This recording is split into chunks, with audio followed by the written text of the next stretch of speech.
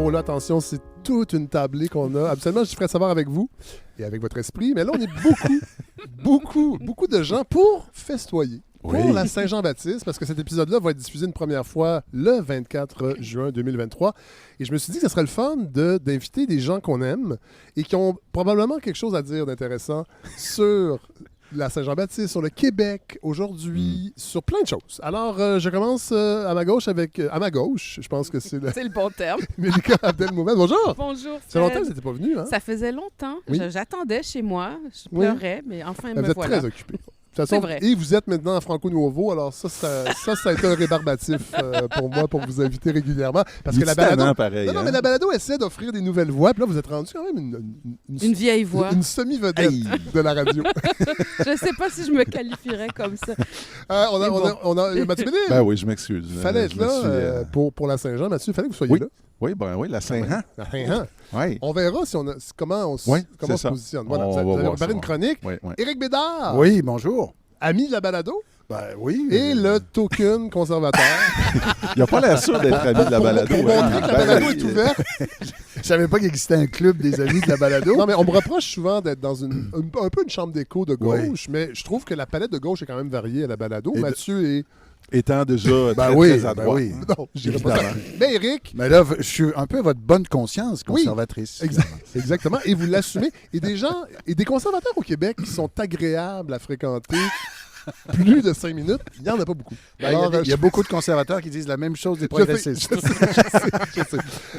Nicolas Giguère, Bonjour, Fred. qu'on retrouve parce qu'il y a un nouveau numéro de Lettres québécoises qui vient de paraître. Absolument, Et- oui. Donc, un numéro consacré à Yvon Rivard. Voilà. Et Yvon Rivard, je crois, est quelqu'un d'important pour beaucoup de gens autour de la table. Alors, c'est pour ça que je trouvais ça important que vous soyez là, parce qu'au début, je pensais même de manquer de micro.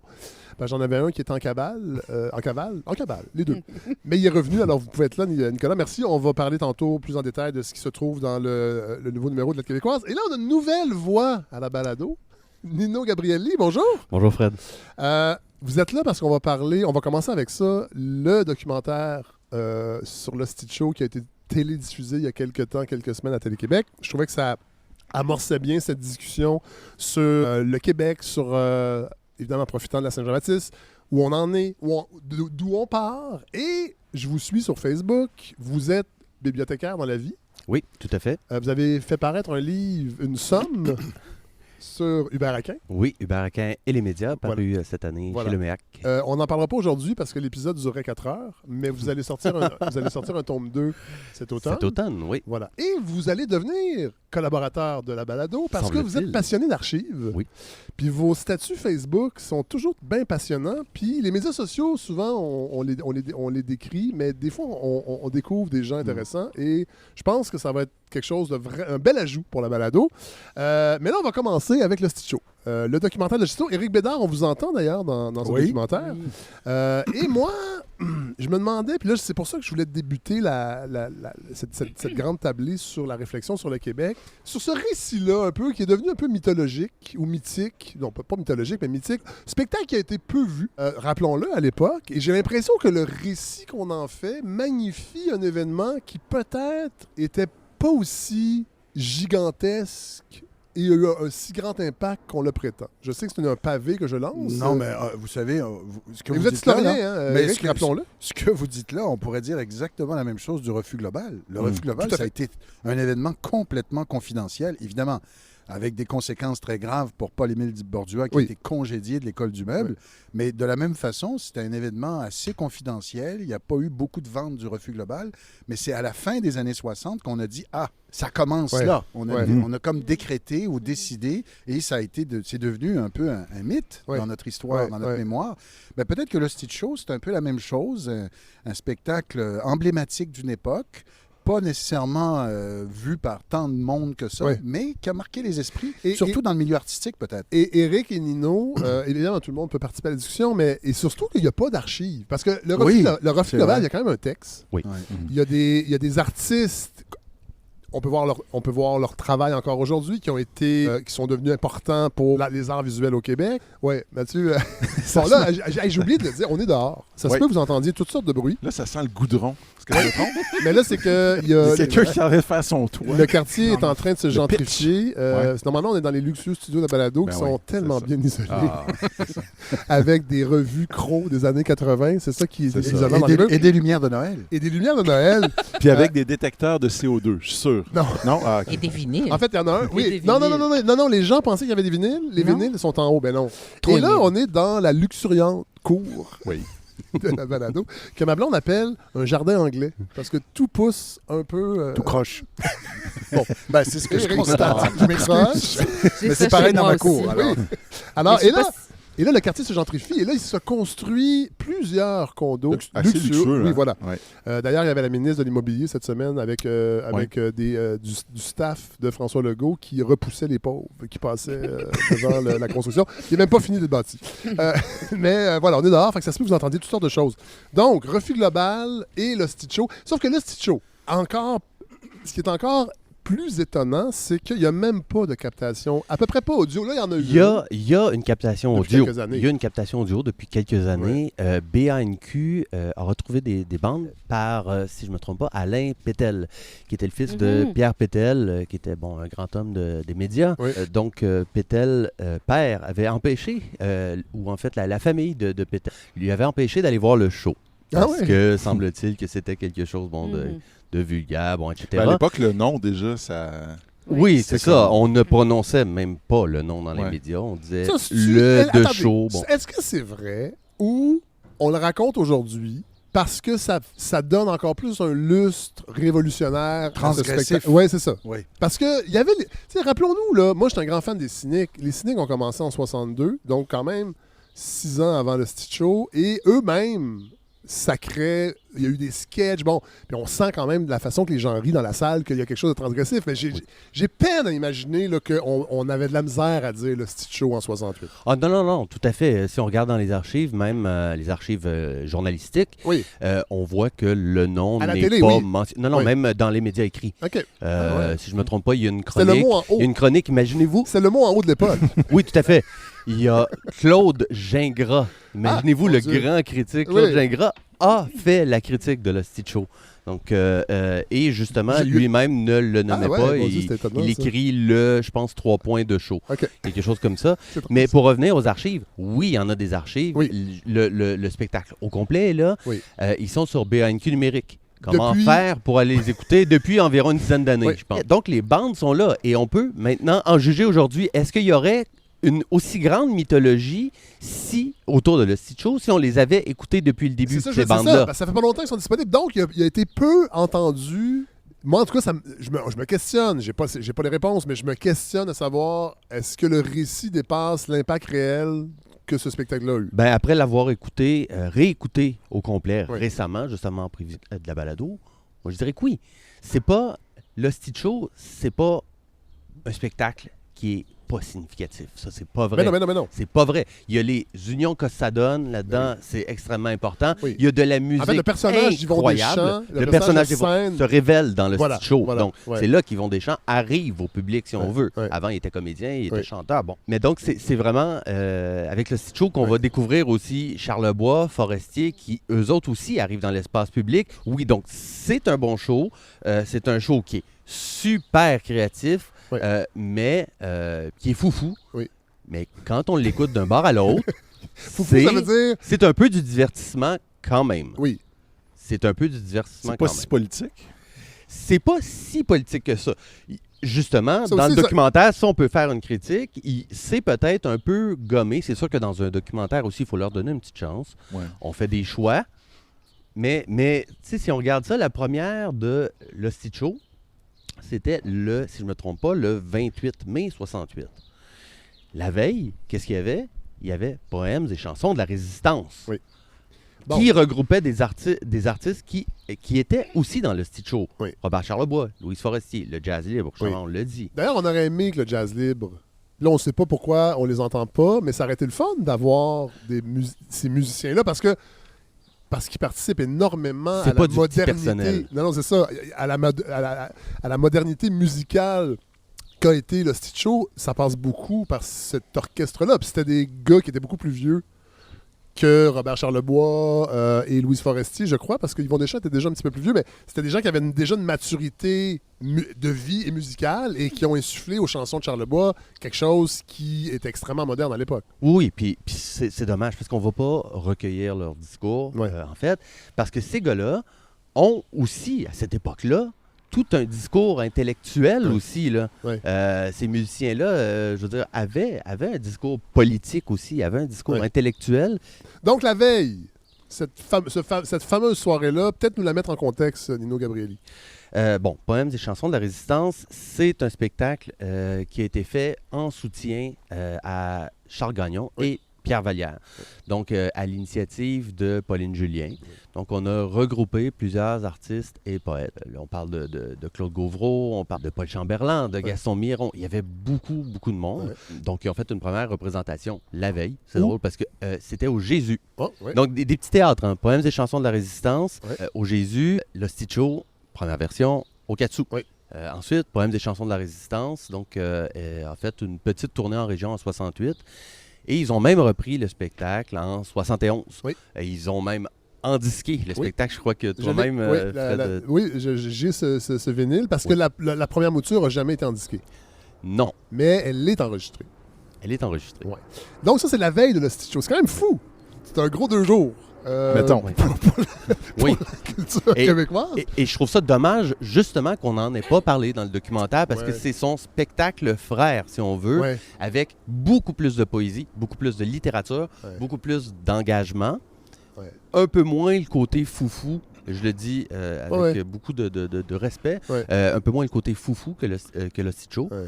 mais c'est quand même 2 spectacles compagnons, si on peut dire. Et là, on va revenir à... pourquoi on parle de ça? C'est que dans le documentaire de Stitch Show, il y a un extrait de Speak White de Michel Lalonde. Et le déclencheur et le fait que vous soyez ici, Nino Gabrielli, c'est votre publication Facebook sur la mention J'aurais pas dû la mettre publique. qu'on finalement. ajoute. Une mention qu'on ajoute pendant le générique du documentaire. Puis là, vous... je dirais vous y allez d'une tirade sur, entre autres, l'utilisation des archives. Oui. Et là, ça, c'est l'archiviste en vous qui a été un peu bousculé. Parce que vous trouvez que les producteurs ont un peu bâclé le travail. Pas d'aller chercher les archives, Non. mais de nous dire d'où elles viennent. Oui, superbe sélection d'archives, ça, Oui. il n'y a aucun doute. J'ai remarqué donc, à un moment donné, qu'on présente des images, d'ailleurs très nombreuses, de À Saint-Henri le 5 septembre, Bon, un ouais. film que je connais très bien. Un film important aussi de l'ONF. Oui, toute la production française de l'ONF réunie le 5 septembre 1961 pour aller tourner le documentaire de Cinéma Vérité à Saint-Henri. Oui. Donc, et on met des images et jamais pas une seule fois, c'est identifié dans le documentaire. Moi, je regarde aussi beaucoup les génériques Oui. et pour voir qui participe, etc. Et là, je me suis Vous dit, dans bon, une salle de spectacle, là, ah, ça- le Jusqu'à commis- la fin. Le commis vient vous voir pour dire OK, il faut sortir. Mais donc, je me suis dit, bon, ils vont bien l'identifier dans le générique. Ouais. Et là, je vois quelque chose, j'ai plus le libellé officiel, mais Ouais. pour l'ONF et pour Radio-Canada, d'ailleurs, c'est marqué quelque chose comme sources variées, Oui, archives variées. Ouais. Et je me dis, ouais, c'est un peu dommage. Oui. Mais c'est dommage parce qu'à un autre moment donné, on entend Marcel Sabourin Oui. qui fait une super intervention sur la langue française, le joual. Là, je me dis, waouh, je vais aller retrouver ce morceau-là. Radio-Canada met plein de choses en ligne maintenant. Ouais, ouais. Impossible, je sais pas c'est quoi. Ah, ouais. À qui j'appelle, qu'est-ce Ouais, que je fais. ouais. Bon, ça, c'est pour l'identification des archives. Ceci étant dit, dans le générique, donc, Oui. je vois, ça détonne un peu dans le générique parce qu'il y a 2 paragraphes qui apparaissent tout à coup. C'est beaucoup de texte. J'ai Ouais. compté le nombre de mots, 133 mots, Ouais. En fait, c'est comme qui sont là pendant 3 secondes. Oui, vraiment c'est incroyable. vrai. 3 secondes. Oui. Et tout ce que j'ai eu la chance de lire en 3 secondes, c'est en dépit de sa charge contre le colonialisme anglo-saxon, le poème Speak White ne se veut pas nationaliste. Alors, évidemment, ça m'a intrigué. Oui. Puis là, j'ai c'est été très intriguant. réécouter Oui. le générique Sur votre une VHS. deuxième fois. Sur votre VHS que vous avez enregistré. Votre VHS 4 têtes. Non, en bobine, pelliculaire.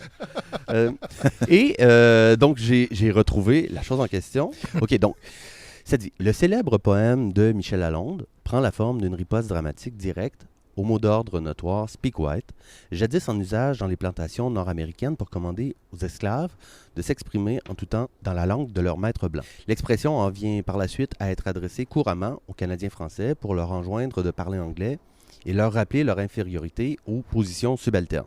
En dépit de sa charge contre le colonialisme anglo-saxon, le poème « Speak White » ne se veut pas nationaliste.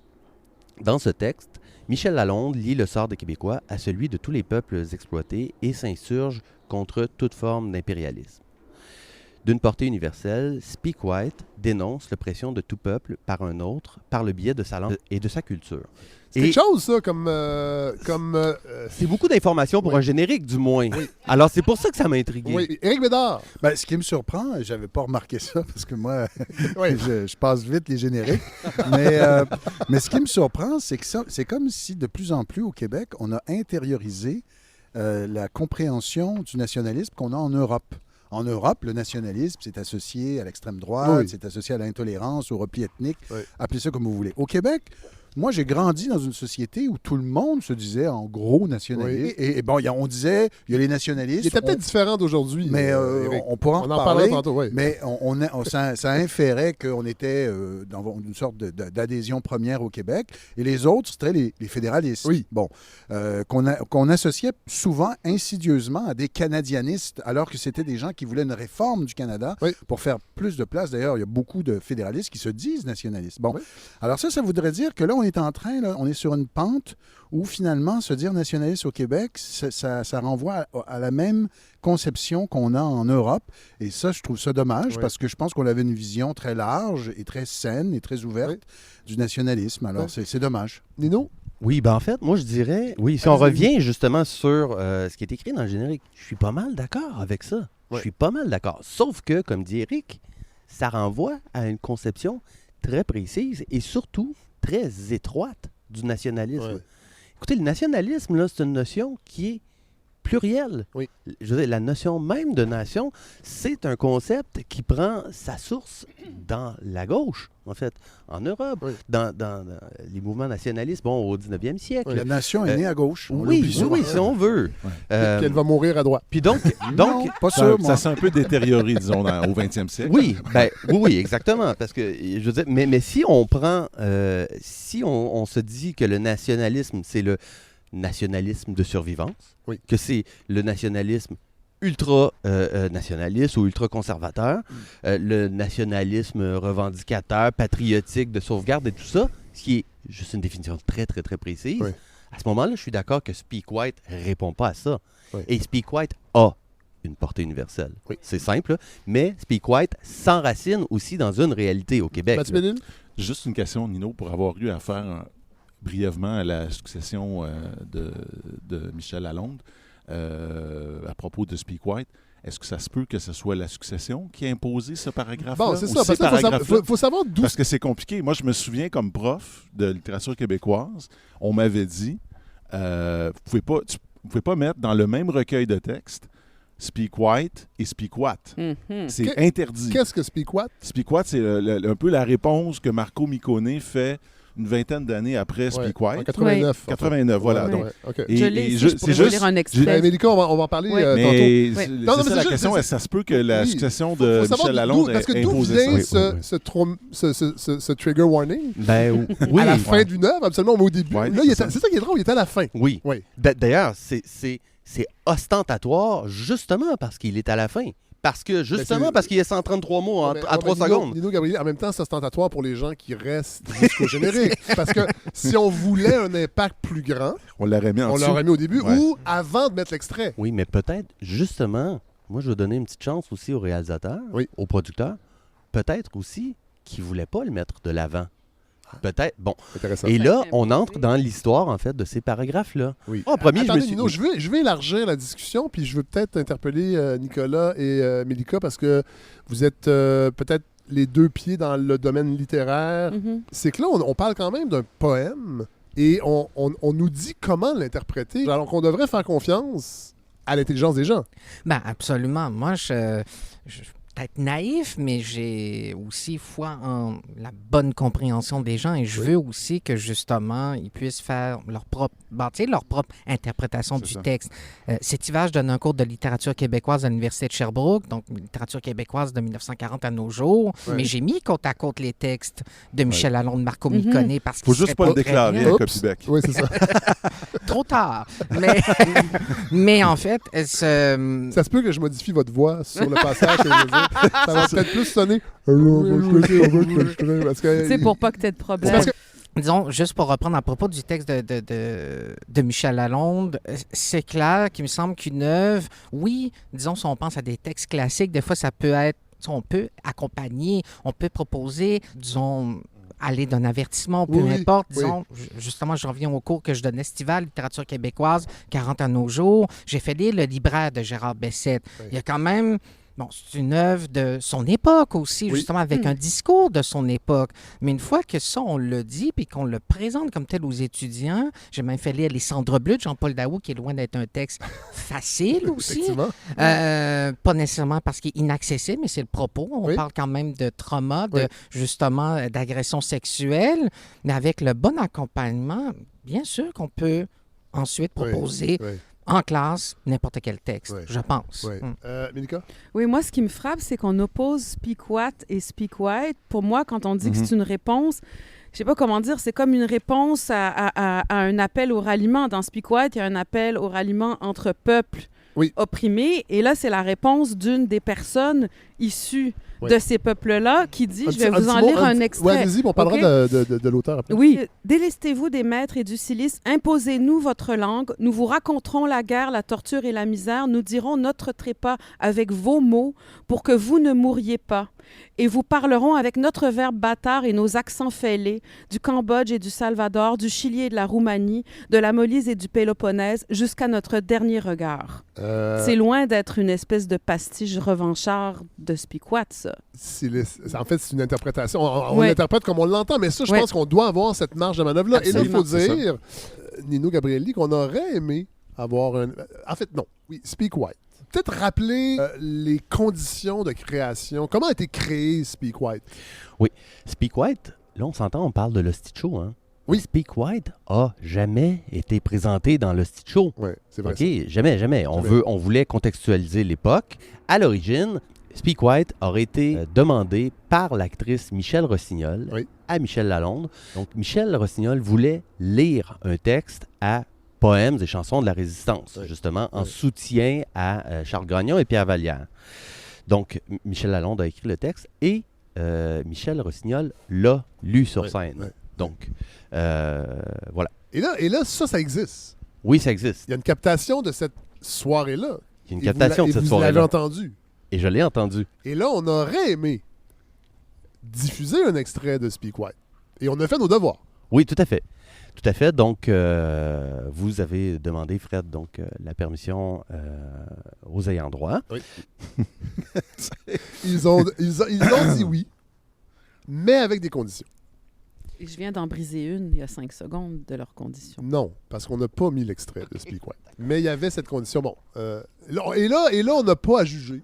Non, c'est ça, on n'a pas à juger. C'est pas ça qu'on fait. Non, exactement. Quand on travaille avec les archives, c'est extrêmement important, en tout cas pour moi, dans mon travail que j'ai fait, entre autres, pour Hubert Aquin. Oui. Il faut aller demander toujours l'autorisation aux ayants droit. Oui. Et je vous le dis, ça vaut la peine parce que 99,9% du temps, Oui. ils sont hyper contents qu'on prenne Oui. soin de leur patrimoine. Ouais. Nino.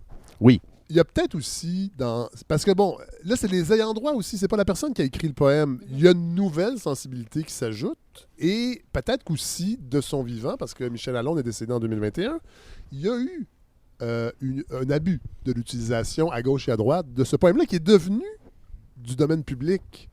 Même si légalement, je ne sais pas si... Non, il n'est pas du domaine voilà, public. c'est ça. Mais les gens se L'autrice sont- est morte en 2021 Ouais. et maintenant le droit d'auteur au Canada est rendu à 70 ans. Et Ouais. moi, j'ai parlé, je pense vers 2018 Ouais. environ, à Michel Lalonde au Ouais. téléphone, 2 appels, environ 4 heures de temps. On a parlé Ok. vraiment longtemps. Quand même. Et évidemment, on a parlé de Speak White à un moment donné. Moi, je la contactais plus pour Hubert Aquin. Ouais. Mais elle me confiait longuement qu'elle avait été beaucoup spolié dans sa vie par Ouais. rapport à ce poème-là. Je veux dire, c'est son œuvre phare, mais des gens qui le des éditeurs qui le reproduisaient, qui en reproduisaient des parties, bon, etc. Je veux dire, quand on connaît les conditions de vie des poètes au Québec, là, il me semble que c'est la moindre des choses. Au moins, premièrement, de leur donner le crédit, Ouais. de respecter leur œuvre, Ouais. puis de leur donner les droits d'auteur en monnaie courante Ouais, là, ouais, qui ouais. va avec ça. Ouais. Donc ça a été, je pense, marquant dans la vie de Michel Lalonde. Ouais. Et donc, effectivement, la succession a tenu compte de ça et a des conditions qui sont quand même assez sévères. Oui. Donc, et on peut les comprendre d'une certaine manière parce que c'est sûr que de la même façon qu'on veut peut-être pas que sa pièce musicale soit reprise dans un congrès républicain de Ouais. Trump aux États-Unis, Oui. ben peut-être que ça lui plaisait pas tant que ça à Michel Lalonde, finalement, que ça soit repris dans des congrès Voilà. politiques, des Voilà. trucs comme ça. Cela dit, on peut en discuter, mais moi, j'ai fait le choix de ne pas respecter ces conditions-là parce qu'on aurait eu de la difficulté à en discuter. Oui. Et de ne pas diffuser. Et ne Je pas pense diffuser. que- Voilà, je parce que pense je pense que que c'est aussi vous le faites droit. bien. En tant que producteur, je suis pas obligé d'accepter tout. Oui. Puis je comprends leurs réserves et leurs exigences, mais Mais on bien n'aurait pas entendu. pu, entre autres, parler. De Marco Micone. Voilà. Parlons-en. Marco puisqu'on y est. Micone, auteur québécois important, auteur de théâtre et poète, qui, son dernier livre s'appelle « On ne naît pas québécois, on le devient » chez Delbusso Éditeur, qui est un recueil de ses chroniques dans Le Devoir, si je me rappelle bien, qui est un essayiste majeur et qui a beaucoup réfléchi sur toutes les questions d'immigration, d'intégration, Oui. de mixité. Oui. Et donc, pour moi, ces mots-là, quand je les lis, bon, évidemment, moi, je suis la fille d'un immigré et Oui. d'une Et on Québécoise vous le de rappelle. souche, puis ça résonne. On vous le rappelle On me le quotidiennement rappelle sur les réseaux sociaux. peut-être pas quotidiennement, mais disons que Marco Micone, moi, c'est quelqu'un que j'aime beaucoup, avec qui j'ai eu l'occasion de discuter plusieurs fois. Il me rappelle que je suis québécoise autant que vous tous à cette table, Tout à et puis fait. qu'être québécois, ça veut dire toutes sortes de choses, Oui. et que j'ai pas à passer mon temps à me justifier ou à le prouver. Et après, il y a toutes sortes de manières d'être québécois, évidemment, là, mais voilà. Mais donc, Marco Micone, pour moi, je lis ce poème-là, puis c'est vraiment un peu comme un truc qu'ils ont essayé de faire dans ce documentaire que j'ai vu. J'ai une petite réserve, j'aurai peut-être la chance de la dire plus tard, mais dans ce documentaire-là, il y a aussi question de l'héritage de quel monde est sorti des entrailles, pas forcément seulement de l'Hostie Show, mais de cette époque-là Oui. et de ces personnes-là. Oui. Et on a beaucoup de jeunes artistes qui s'expriment à ce sujet-là. Pour moi, Marco Micone, c'est une de ces étapes-là dans l'histoire. C'est une réponse de tous ces gens-là qui ont été convoqués dans le poème de Michel Lalonde comme des compagnons dans l'aliénation. Oui. Et une de ces personnes-là répond. Oui. Oui. Donc après, bon, c'est mon interprétation. Comme Oui, vous disiez, oui. on peut en faire plein, mais on peut aussi faire celle-là. Pourquoi on parle de Micone aussi, c'est qu'une des conditions de diffuser l'intégrale, parce qu'on ne pouvait pas diffuser un extrait, on nous demandait de diffuser le poème dans son intégralité, c'était de ne pas discuter de Marco Micone. Fait que là, je trouvais qu'à un moment donné, C'est compliqué. puis j'avais envie qu'on en discute. Alors, de toute façon, l'extrait, on le connaît le poème, et vous irez sur l'ONF, entre autres. Oui. Bon, Nino? Oui, et Fred, moi, je voudrais ajouter une chose, en fait, qui est très importante et qui rappelle un peu ce que je disais à propos peut-être de l'identification un peu bâclée de certaines archives dans le documentaire sur le Show. Les fameux paragraphes dont on parle depuis tout à l'heure. Ouais. Moi, j'ai lu ça en premier, je pensais que c'était des paragraphes qui étaient de la production. Moi aussi, ou du diffuseur. Ben, je veux dire, c'était juste là, dans le générique, et c'est tout. Puis ça Par rejoignait contre- un peu ce qu'Éric a dit au début, c'est-à-dire, hey, si vous pensez que c'est nationaliste, là, ça Oui. ne l'est pas parce que arc. Oui. Je pensais que c'était vraiment. Alors, mais j'ai regardé de plus près et à un moment donné, ben, je m'aperçois, c'est tout petit, Oui. c'est tout petit, tout petit. Je m'aperçois qu'il y a des guillemets chevrons au début et à la fin. Ouais. Je me dis, c'est une citation, mais une citation de De qui? Donc là, le bibliothécaire en moi Ah ouais. est suscité. Alors, je me mets à chercher sur Ouais. Internet et je trouve finalement que c'est une citation de Madame Duchastel, Ouais. qui est Alexandra Duchastel, qui est la fille de Michel Lalonde. Et elle a été sollicitée pour une exposition, pour écrire un petit texte de présentation sur Speak White. L'exposition, pour mettre en contexte, c'est Conceptions of White, une expo qui a été présentée au University of Toronto Art Center. Oui. Cette année même, très, très, très récemment, du 11 janvier au 25 mars. Oui. Donc, le documentaire vient d'être diffusé. Je suppose que ça a été ajouté probablement en toute fin de production, du moins. Et donc, ça provient d'une exposition. Il y a un texte qui est un peu plus grand. Oui. Et il y a une version aussi en anglais Ah. du texte, qui dit pas exactement les mêmes choses que le texte c'est intéressant, français. C'est intéressant. Lost in Translation, un Ouais. peu. Mais donc, voilà, c'est pour mettre en contexte. Moi, je rappelle, si on tient compte des nuances dont on a parlé tout à l'heure sur les conceptions du nationalisme, je suis assez d'accord, malgré tout, avec le message. C'est simplement le fait de devoir être obligé de mettre ça dans un générique à la fin. En plus, c'est pas identifié, ça crée de la confusion, mais ça crée une très belle discussion autour d'une Tout à table d'une balado-diffusion. Sauf que moi, j'ai envie quand même de... Tu sais, vous l'avez dit, c'est son œuvre phare, puis on va terminer, on va fermer la boucle, mais de rappeler que c'est pas un poème nationaliste, alors qu'il a été beaucoup vu dans un contexte de la Grande Nuit de la forcément. Poésie en 70, qui était une soirée éminemment politique, qu'on le veuille ou non. Je trouve ça un peu naïf, en fait, Naïf. de vouloir spécifier...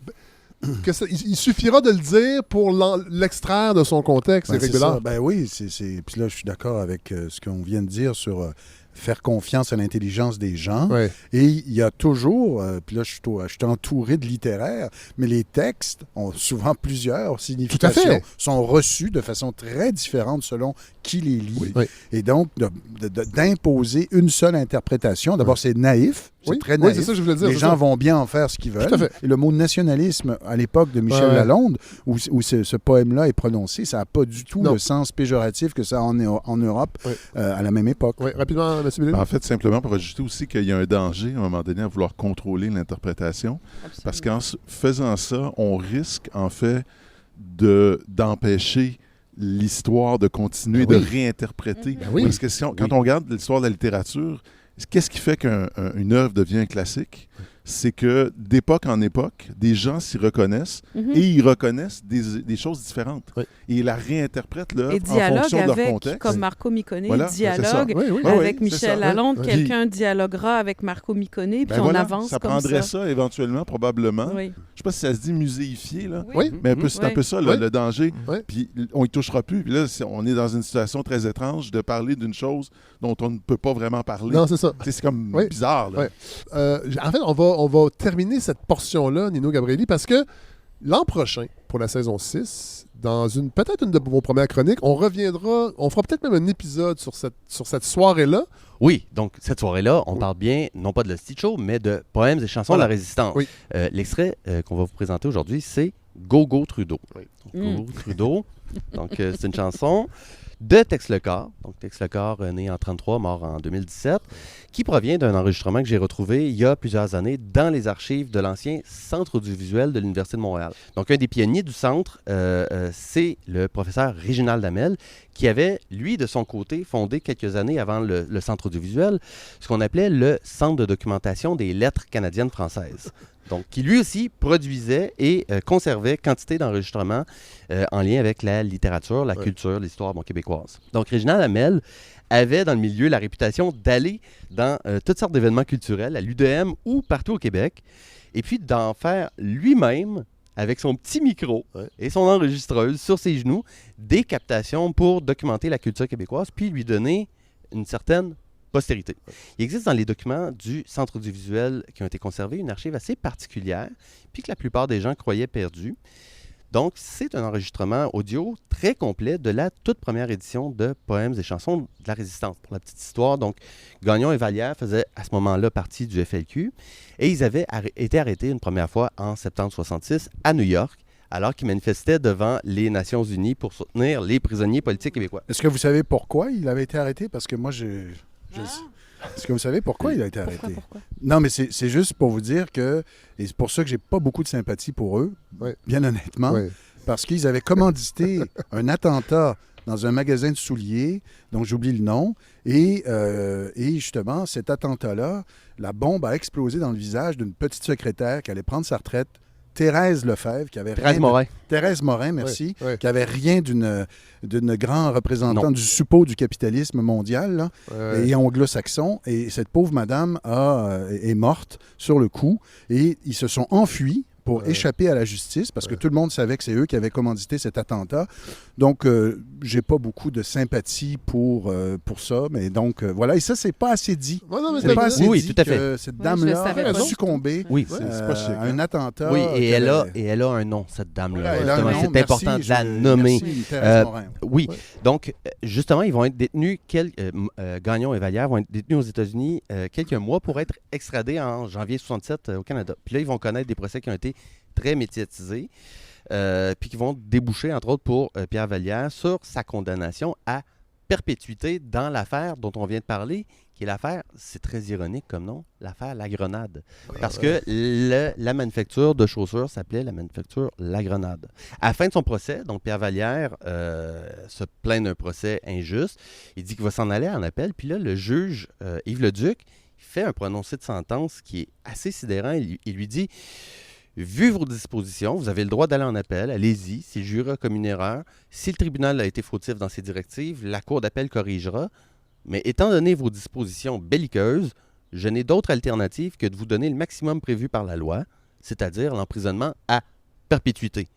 Donc là, c'est un geste très condamnable, je veux dire, l'attentat de La Grenade, mais on condamne Pierre Vallière à perpétuité pour un homicide involontaire. Ouais. Ce qui est assez, je veux dire, là, je ne veux pas entrer dans un débat de spécialistes, Ouais, mais ce non. qui est assez irrégulier. Tout à fait. Puis on le condamne parce qu'il y a une attitude qui tape sur les nerfs du juge. Bon. Donc, pour aller rapidement à l'initiative de Pauline Julien et aussi du journaliste Jacques Larue-Langlois, Oui. qui, lui, réalisait le spectacle. Donc, on réunit une bonne vingtaine de chansonniers, des poètes, des comédiens, des musiciens, le Jazz Libre du Québec, on en a parlé tout à l'heure, pour soutenir Vallière puis Gagnon. Parmi les artistes qu'on voit là, il y a Charles Bois, qui fait aussi partie de l'Hostie Show, Louis Forestier aussi dans l'Hostie Show, Clémence, Georges Jodard, Claude Gauvreau, Pauline Julien, Gilbert Langevin, bon, etc. Daniel Odera même. Donc, on Ouais, salue mon Daniel Dieu, Odera. mon Dieu, On salue ouais. Roberto Medilli, Ben oui. son conjoint. Qui ont un peu laissé le politique en fin de carrière Oui. dans le semi-détaché. Et aussi, À donc, TVA. parmi les artistes, Tex Lecor. Oui! Donc, ce qui nous amène à notre fameuse Ah. Gogo Trudeau. Ouais. Donc, Gogo Trudeau, vous pouvez l'écouter sur YouTube, la version qui a été enregistrée par les Sinners Oui. en 68. Les Sinners, là, c'est un des premiers groupes garage psychédélique Ah au oui, Québec. vraiment. là. Incroyable. Et on en parle, puis c'est un petit coup de chapeau à François Guy qui est décédé il y a quelques Tout à semaines. fait. Puis pour la petite histoire, donc le chanteur des Sinners, Oui. Charles Prévost-Linton, qui est depuis plusieurs années devenu un chanteur lyrique, là, Oui. beaucoup le connaissent aussi comme l'interprète Du de Haut-Canada. l'hymne national Au Canada, du Canada, c'est ça. au Centre Bell, ben oui. Exactement. Donc, il me racontait récemment comment il avait rencontré Tex. Oui. Donc, il me disait qu'il fréquentait justement régulièrement avec Tex la légendaire Jazz Tech. Là Ah, ben oui. où il y avait le grand saxophoniste Lee Gagnon. Oui, Donc, d'ailleurs, j'ai un c'était vinyle de Lee Gagnon Ah oui. enregistré à la Jazz Tech que j'ai acheté il n'y a pas si longtemps. Oui, assez rare. au Donc, Québec. c'était sur la rue Guy, la Jazz Tech, puis c'était tenu par, tenez-vous bien, le lutteur Yvon Robert Ah oui? Junior. Ah! Le fils de Yvon Robert, voyons. senior. C'est un petit milieu, le Québec. Hein? Donc, et puis la Jazz Tech, c'est vraiment un endroit où on retrouvait toutes sortes de monde. Ouais, les ouais. motards, la mafia, la petite pègre. Ouais. Donc, Tex, à ce moment-là, avait quelques années de plus que les petits jeunes des Sinners. Les Sinners, là, imaginez-vous, en 68, avaient à peu près 18-20 ans. Charles Prévost-Linton, quand il a commencé dans les Sinners vers 65, il avait 15 ans. Donc, fou. c'était très, très jeune. Puis Tex, en 68, il avait 35 ans. Est-ce que Tex était déjà chanteur connu, Oui. le Frigidaire, tout ça? ou Pas c'est- le Frigidaire. Les Non. Frigidaires, si je ne me trompe pas, c'est un peu plus tard. Ouais, au Mais début des Tex 70. était aussi, Tex, dans les années 50, a fait les beaux-arts. Un Tu, peintre, là, hein? c'est C'est un d'abord peintre, oui, et c'est avant ça. tout un peintre. Oui, voilà, là, tu sais. voilà. Il faut savoir justement qu'à ce moment-là, Tex avait déjà commencé à écrire des chansons Oui. pour plusieurs artistes. Puis, la pièce Gogo Trudeau, qu'on va vous présenter, en tout cas la version interprétée par les Sinners, était clairement pro-Trudeau. Donc, c'était aussi un peu Ah baveux, ouais, même ouais. pour Tex, d'aller la Ah, c'est intéressant, présenter ça. à Poèmes et chansons de la Résistance. Mais il faut savoir qu'on est en 68. Il est élu, je pense, en juin 68 comme Ouais. premier ministre. Là, peut-être que je me trompe dans les dates. Mais donc, Charles Prévost-Linton me disait que, dans le fond, tout ce qu'ils voulaient, les Sinners, c'était de surfer justement un peu sur la notoriété de Trudeau, qui était, à ce moment-là, en 68, finalement, un beau Il y garçon, avait qui une était un peu Trudeau-manie. flyé. On Il y a avait une parlé d'une Trudeau-manie. Fait qu'à l'époque, il y a Donc- des gens qui surfaient Oui. sur la beauté de Trudeau. Sur la beauté de Trudeau. Chose Sur qui ne le, se fait fait, plus aujourd'hui. sur le fait que c'est un personnage un peu flyé, un peu hors norme, comme eux, les Sinners, étaient, se reconnaissaient un peu là-dedans. Mais les Sinners se moquaient vraiment de tout. Oui, Leur vraiment, démarche oui. était, Charles Prévost-Linton me disait, notre démarche était avant tout ludique. Oui. On se fichait pas mal de la politique. Puis en gros, on faisait tout pour qu'on parle de nous autres, pour faire la première page des journaux. Donc, Gogo Trudeau, donc fait partie des 3 pièces que Tex Lecor interprète à Poèmes et chansons de la Résistance. Et puis, c'est à ma connaissance le seul enregistrement qui existe de cette époque-là où on entend Tex lui-même l'interpréter. Donc, Tex, il modifie significativement les paroles de la chanson pour l'occasion. Les Sinners disent « Enfin la paix, enfin la gloire, c'est un des nôtres qui est au pouvoir. » Tex change ça, il dit « Enfin la paix, enfin la gloire.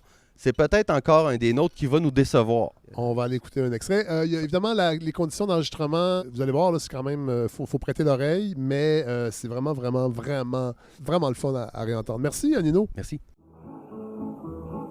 Nous irons au bois, ma mignonnette. Nous irons au bois, dire au revoir. Une fleur entre les dents, un premier ministre qui marcherait devant. Gogo Trudeau, maintenant tu es le plus haut, un ministre aux cheveux longs. C'est l'emblème du nôtre. Ce n'est que notre voix, mes frères, ce n'est que notre voix. Enfin la paix, enfin la gloire, et peut-être encore un des nôtres qui va nous décevoir. Gogo Trudeau, maintenant tu es le plus haut.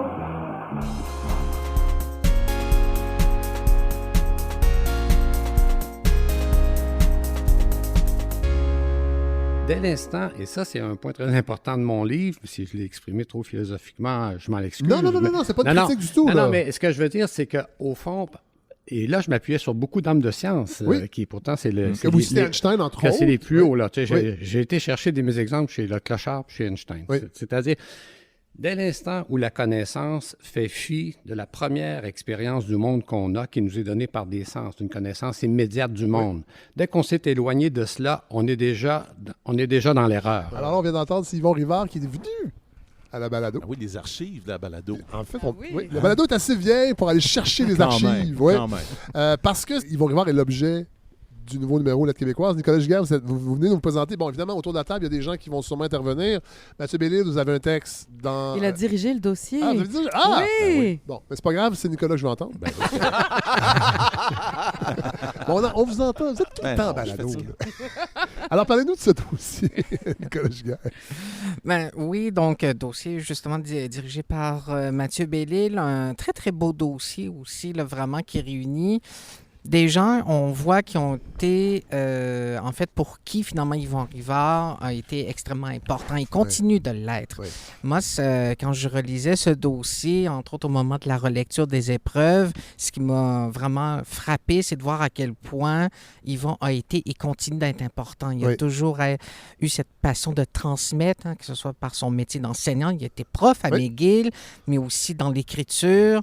Et il a littéralement suscité des vocations d'écrivains, d'écrivaines. T'sais, on pense à Catherine Lemens, à Dominique Fortier. Ouais. On sent qu'elles sont devenues écrivaines, qu'elles sont devenues des grandes autrices aussi grâce à Yvon. On sent qu'il n'a pas été juste accessoire, il était un déterminant, un catalyseur. Et c'est quelqu'un quand même qui a pas été si prolifique.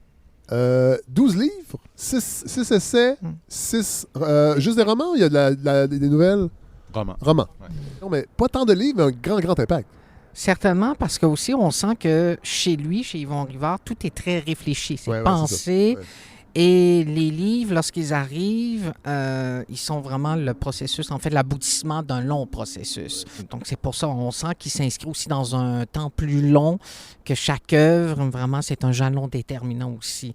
Mathieu Bellil, vous avez dirigé le dossier. Parlez-nous un peu de votre rapport à Yvon Rivard. En fait, d'abord dire que c'est à l'invitation et à l'initiative de Milika qui, il y a un peu moins d'un an, oui, c'est ça, fin 2022. Ça faisait longtemps qu'on voulait faire un dossier sur Yvon Rivard à Lettres québécoises. Dès que je suis arrivée, j'en ai parlé parce qu'il y a eu un seul dossier sur lui dans toute l'histoire qui était dans le Contre-jour il y a 17 ans. La défunte revue très belle revue Contre-jour. Et puis 2006. À Lettres québécoises, on essaie de faire découvrir des nouvelles voix, mais aussi de rendre hommage à des voix importantes qu'on a un peu tendance à oublier. Oui, parce que le système médiatique, il faut le dire, a tendance à récompenser souvent des premières œuvres. Oui, c'est vrai. On aime l'auteur jeune, l'auteur d'un premier roman génial. Un puis peu souvent, on a un trash. petit peu de misère. Oui. Non. Le- Alors qu'Yvon Rivard n'est pas tout à fait trash. Non, c'est ça. Alors, il y a souvent un purgatoire pour beaucoup d'auteurs Oui. qui, à un moment donné, sont plus intéressants parce qu'ils sont plus jeunes et plus assez... Ouais. Enfin, et c'est étrange parce que d'une certaine façon, c'est comme si on ratait peut-être parfois l'essentiel chez bien les écrivains, qui est qu'il y a un moment aussi où l'écrivain arrive à une maturité Mhm. et a des choses peut-être à dire et une manière de les dire et de les écrire qui n'avait pas au début. Puis je veux juste rappeler que, parce qu'il y a beaucoup de littéraires autour de la table, mais probablement que c'est vrai aussi des historiens, que souvent les plus grandes œuvres des écrivains, quand on fait l'histoire de la littérature, c'est pas des premières. Il y en a des premières, Oui, il oui, faut oui. le dire. Oui. Mais il y a aussi des chefs-d'œuvre qui sont là quand l'auteur a passé 50, même 60 ans. Tu sais, Ouais. Tolstoï, Flaubert. Bon. Ouais. Alors là, pour Yvon, il y a quelque chose chez lui d'assez rare. C'est un grand idéaliste. Et vraiment idéaliste au sens le plus noble du terme. C'est quelqu'un qui a toujours cherché plus et mieux. Et qui donc, je dirais un peu, tout au long de sa vie d'écrivain, demeure insatisfait du monde dans lequel il vit parce qu'il sent toujours que les choses pourraient, il sent toujours que la réalité, n'est pas à la hauteur de ce que on pourrait en attendre, en quelque sorte. ouais. Et d'ailleurs, ses premiers livres sont tellement idéalistes que ses premiers romans, Vie et mort de Christophe Ulrich, L'ombre et son double, c'est des œuvres qui, au début, sont un peu assez difficiles à comprendre parce qu'ils développent un monde quasi autonome, c'est-à-dire un mélange d'allégories, de presque de paraboles par moment.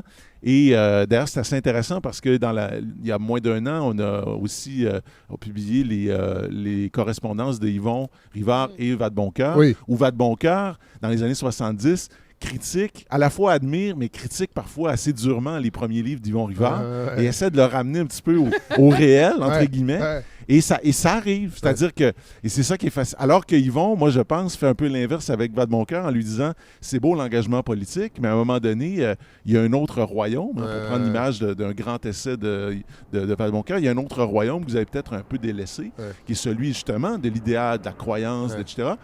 Et donc, Yvon, c'est quelqu'un c'est fascinant parce qu'il part de l'idéalisme allemand et tout au long de sa carrière d'écrivain, chemine tout doucement vers le monde réel, c'est-à-dire vers l'engagement envers les autres, le désir de prendre soin, de protéger. Il a écrit un livre important qui s'appelle « Aimer, enseigner ». Il y a presque une dizaine d'années, qui était un livre où il rappelait, au fond, que le métier d'enseignant, pour moi, c'est une grande inspiration. Le métier d'enseignant, c'est transmettre, mais c'est aussi aimer, c'est construire un abri pour des jeunes qui ont besoin qu'on croit en eux, mais qu'on les amène ailleurs. Et que surtout, rappelait la responsabilité du professeur dans un contexte où, parfois, il y a peut-être certains professeurs en littérature, on a eu des exemples, je ne vais pas nommer de nom, mais des histoires de professeurs qui plutôt abusaient de leur position d'autorité pour séduire. Bon. Alors là, Ils auraient pu aimer et vous auriez pu écrire aimer coucher. Oui, ben c'est ça. Aimer, virgule. Oui, c'est ça. C'est ça. Bon, ben alors là, voilà, on retourne au monde réel. Oh, désolé. Mais vraiment, et puis sur une note toute personnelle, puis je ne veux pas prendre trop de temps, mais juste rappeler quand même que pour moi, Yvon Rivard, c'est majeur parce que c'est celui qui m'a un peu accompagné dans ce que j'appellerais ma désuniversification. C'est-à-dire, moi, j'étais un produit d'université. J'ai fait un doc, j'ai fait un post-doc. Puis à un moment donné, je me suis... comme pour plein de gens, moi, il y a plein de gens intéressants que je connais qui ne sont pas profs d'université, qui auraient dû l'être, mais qui ne sont pas, pour toutes sortes de raisons qui sont liées au marché. C'est un marché très difficile. Tout à fait. Est-ce à dire qu'il y aurait des gens inintéressants qui seraient profs d'université? Est-ce que ça se pourrait, ça? Ça se pourrait, mais jamais. mais évidemment, ça exclut toute Évidemment, personne on qui est fournira autour de tous les cette noms sur la page Facebook de la balado. Non, mais oui, parce que l'université a tendance peut-être à récompenser ce que je vais appeler méchamment des fonctionnaires de la pensée. Oui. C'est-à-dire des gens qui sont très doués pour remplir des demandes de subventions et comprendre la machine. Mais ça ne veut pas dire que ça fait toujours des intellectuels. Maintenant, ça ne veut pas dire qu'il n'y en a pas non plus des bons profs d'université. Mais je termine juste en disant... Oui, désolé, on va vous entendre tantôt en plus. Oui, mais il m'a accompagné parce que c'est avec lui qu'on a accouché, parce que je l'inclus là-dedans, de Bienvenue au pays de la vie ordinaire. Puis après ça, de l'Empire invisible. Oui, mais c'est un éditeur aussi. Oui, c'est ça. Puis c'est quelqu'un qui a cette phrase, la vraie phrase de l'éditeur, c'est « Puis, qu'est-ce qui s'en vient, là? C'est quoi ton prochain livre? » C'est ça, un éditeur. Alors voilà, je mettais. Non, mais tu parlais de l'université et des Ouais. gens qui n'étaient pas professeurs d'université. J'ajoute aussi, même au sein de l'université, il y a toute une horde de chargés de cours, qu'on pourrait dire Ouais. des chargés de cours professionnels, Ouais. qui sont là pendant 25-30 ans, qui font des carrières complètes, qui font de la recherche toute leur vie, qui sont des gens incroyables, mais justement qui ont un sous-traitement, poste. qui ont un Ouais. sous-traitement, Oui, qui font le absolument, tiers, absolument le d'accord. quart de... Alors sinon, Nicolas Giguère, qu'est-ce qu'on trouve dans ce nouveau numéro de Lettres québécoises? Dans ce dossier, donc, très, très complet aussi, donc une forme de rétrospective, de bilan aussi, donc justement sur l'œuvre d'Yvon Rivard qui se termine en fait sur un beau texte aussi de Denis Arcand, non le Oui, moins. c'est vrai. Très humoristique aussi, puis en fait, Qui avoue avoir pris beaucoup de drogue. Il ne se rappelle pas de grand-chose des Non. années 80, à Non, part non. la Ouais, drogue. non, attends, mais c'est vrai, voilà. ben, Peut-être oui, puis en peut-être même juste rappeler que Oui. dans le déclin de l'Empire américain, oui, Denis Arcand fait oui. dire à Louise Portal, qui s'adresse à Rémi Girard, C'est vrai. t'as pas couché avec Yvon Rivard. Oui. C'est vrai. Sacrifice, t'es folle? Ça va lui donner une bonne petite leçon. Oui, mais il peut arriver ici n'importe quand. Pas de danger. Pas de danger, pas de danger. Il est large comme ça, Roger. Puis, Mais puis, je suis pas entraîné, moi. J'ai pas fait de la boxe comme lui. as-tu peur? Non, c'est pour toi. De toute façon, moi, je peux pas passer la nuit ici. Faut que j'aille coucher chez moi. Il sait pas, ça, lui. C'est un violent. Je le sais. Il a déjà cassé le nez du bon Rivard. T'as couché avec Yvon Rivard, toi? bien sûr d'autres sections habituelles qu'on retrouve Oui. dans ce numéro de Lettres québécoises, entre autres le cahier création. Là, cette fois-ci, on est très content d'accueillir côté poésie Roxane Lajoie, qui est une poète qui publie aux éditions David. Du côté du labo, ça, vraiment, on était très heureux de pouvoir compter sur Patrick Nicole, qui Oui. nous a livré donc vraiment quelque chose d'assez flyé, très métadiscursif. Hein, donc, Rappelez la différence dans une revue comme Lettres québécoises, dans une section création, une section labo. ben, en fait, le labo, ça fait partie de la grande section de création. Oui. C'est qu'en fait, on pourrait dire cette chronique-là qui revient, on s'est dit, on voulait offrir, tu sais, il y avait des sections classiques, poésie, nouvelles, Oui. puis une lecture illustrée. Et là, on voulait offrir un espace de liberté à des créateurs, des Ah ouais, créatrices. Et là, jusqu'à maintenant, tu sais, on a eu, par exemple, des textes qui se rapprochent. Ben, le tout premier labo, c'était René Daniel Dubois, Oui. qui est une discussion entre René Daniel Ah ouais, en c'est fait, drôle, ça. et Dubois. Donc Qui là, s'engueulait. c'est ça. Évidemment. Donc, un espace de liberté. Donc, Donc, on peut jouer avec les formes et Absolument. les structures dans la section Ben, labo. notre espèce de résumé, c'est on est ouvert à toutes les formes, y compris celles qu'on voit peu dans les revues. Donc, scène de théâtre, engueulade avec soi-même, you name it, et même you invent it. Donc, on a eu un texte Wow. de Maude Pilon Oui. qui imitait le rythme du tissage, donc avec des chiffres puis des mots. C'était complètement Wow. expérimental. Et on a aussi une très belle, dans cette édition-là, une lecture illustrée de Killen Young, un jeune artiste talentueux. Puis en fait, c'est une lecture illustrée d'un recueil de poèmes de la regrettée Geneviève Desrosiers, qui est publié à Loi de Cravant, donc poète très importante. Ouais, c'est beau ça. J'ai vu, c'est très beau l'illustration. Et sinon, il y a ma section toujours favorite, les critiques. Oui. Donc, comme toujours, une trentaine de critiques. Mais là, cette fois-ci, donc, des critiques vraiment intéressantes. Finalement, sur des titres, par exemple, je pense à Michaela Nicole, donc Oui. Mise en forme au Cheval Doux, l'essai d'Élissane sur la grossophobie, le très beau titre aussi, Suicide total de Julie Doucet, donc qui est un Leporello, là, qui est vraiment un objet hors norme. C'est paru à l'Association en France. Mélamine Méduse aussi, donc, titre de Jonathan Roy, poète acadien aussi, qui a été critiqué par Benoît Doyon-Gosselin. Donc, on pourrait dire un panorama aussi des différents genres, donc Oui. roman, récit, poésie, Oui, tout à fait. théâtre. Voilà. Et c'est... Essai, Essai. oui, bien entendu. Comment pourrais-je oublier? Surtout que Surtout ici. c'est ça. Donc, autour de la table, je pense qu'il y a quand même Puis des... juste un truc, Oui. si ça ne te dérange pas, Nicolas, que j'ajoute, Vas-y. parce que c'est... on a une rubrique qui s'appelait Une chambre à soi, et qui s'appelle maintenant Écrire, dit-il, ou Écrire, dit-elle, où on invite quelqu'un à parler de son rapport à l'écriture, une personne différente chaque fois. Et là, pour la première fois de l'histoire de Lettres québécoises, Patrick Sénécal a écrit un Oui. texte pour Ah! nous sur... Et les espèces de petites cliques de notre milieu, les snobismes, comment parfois on se regarde en chien de faïence entre les intellos de LQ puis les méchants riches de la littérature populaire, entre guillemets. Et c'est un texte vraiment coup de poing et très, très, très drôle Ouais. qui a complètement motivé l'écriture de mon édito qui s'appelle Mauvais genre. littérature de genre, on a une nouvelle de Stanley Péan. Ah, Une nouvelle fantastique de Stanley Péan, illustrée par Jean-Michel Girard. bon. Et on peut trouver, comme toujours, le numéro de Lettres québécoises dans toutes les librairies indépendantes. Absolument. N'allez pas l'acheter ailleurs. Sinon, on va vous juger. Vous pouvez vous abonner aussi. Ah, c'est oui, vrai? oui, Ben vous oui, pouvez vous absolument. abonner. Ça aussi, c'est loin d'être interdit d'ailleurs.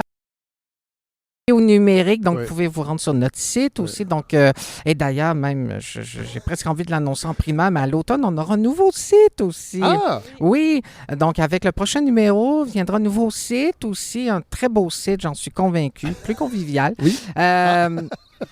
Oui, moi, je non. me gêne pas. Mais présentement, vous pouvez vous abonner aussi, c'est dans Oui, on le vous domaine. Oui, c'est ça. Le site actuel fonctionne. Parce que- Absolument, oui, oui, oui. c'est dans le domaine Puis du pour très s'abonner, faisable. parce qu'on a plein de projets pour la prochaine année, Oui. puis ça vaut la peine peut-être de Oui. nous accompagner dans nos folies. Ben merci, Nicolas Giguère. Vous restez avec nous de toute façon et Absolument. vous allez revenir. C'est vous maintenant le porte-parole officiel de Lettres québécoises. Puis la prochaine fois, Mathieu Bellil ne sera pas là.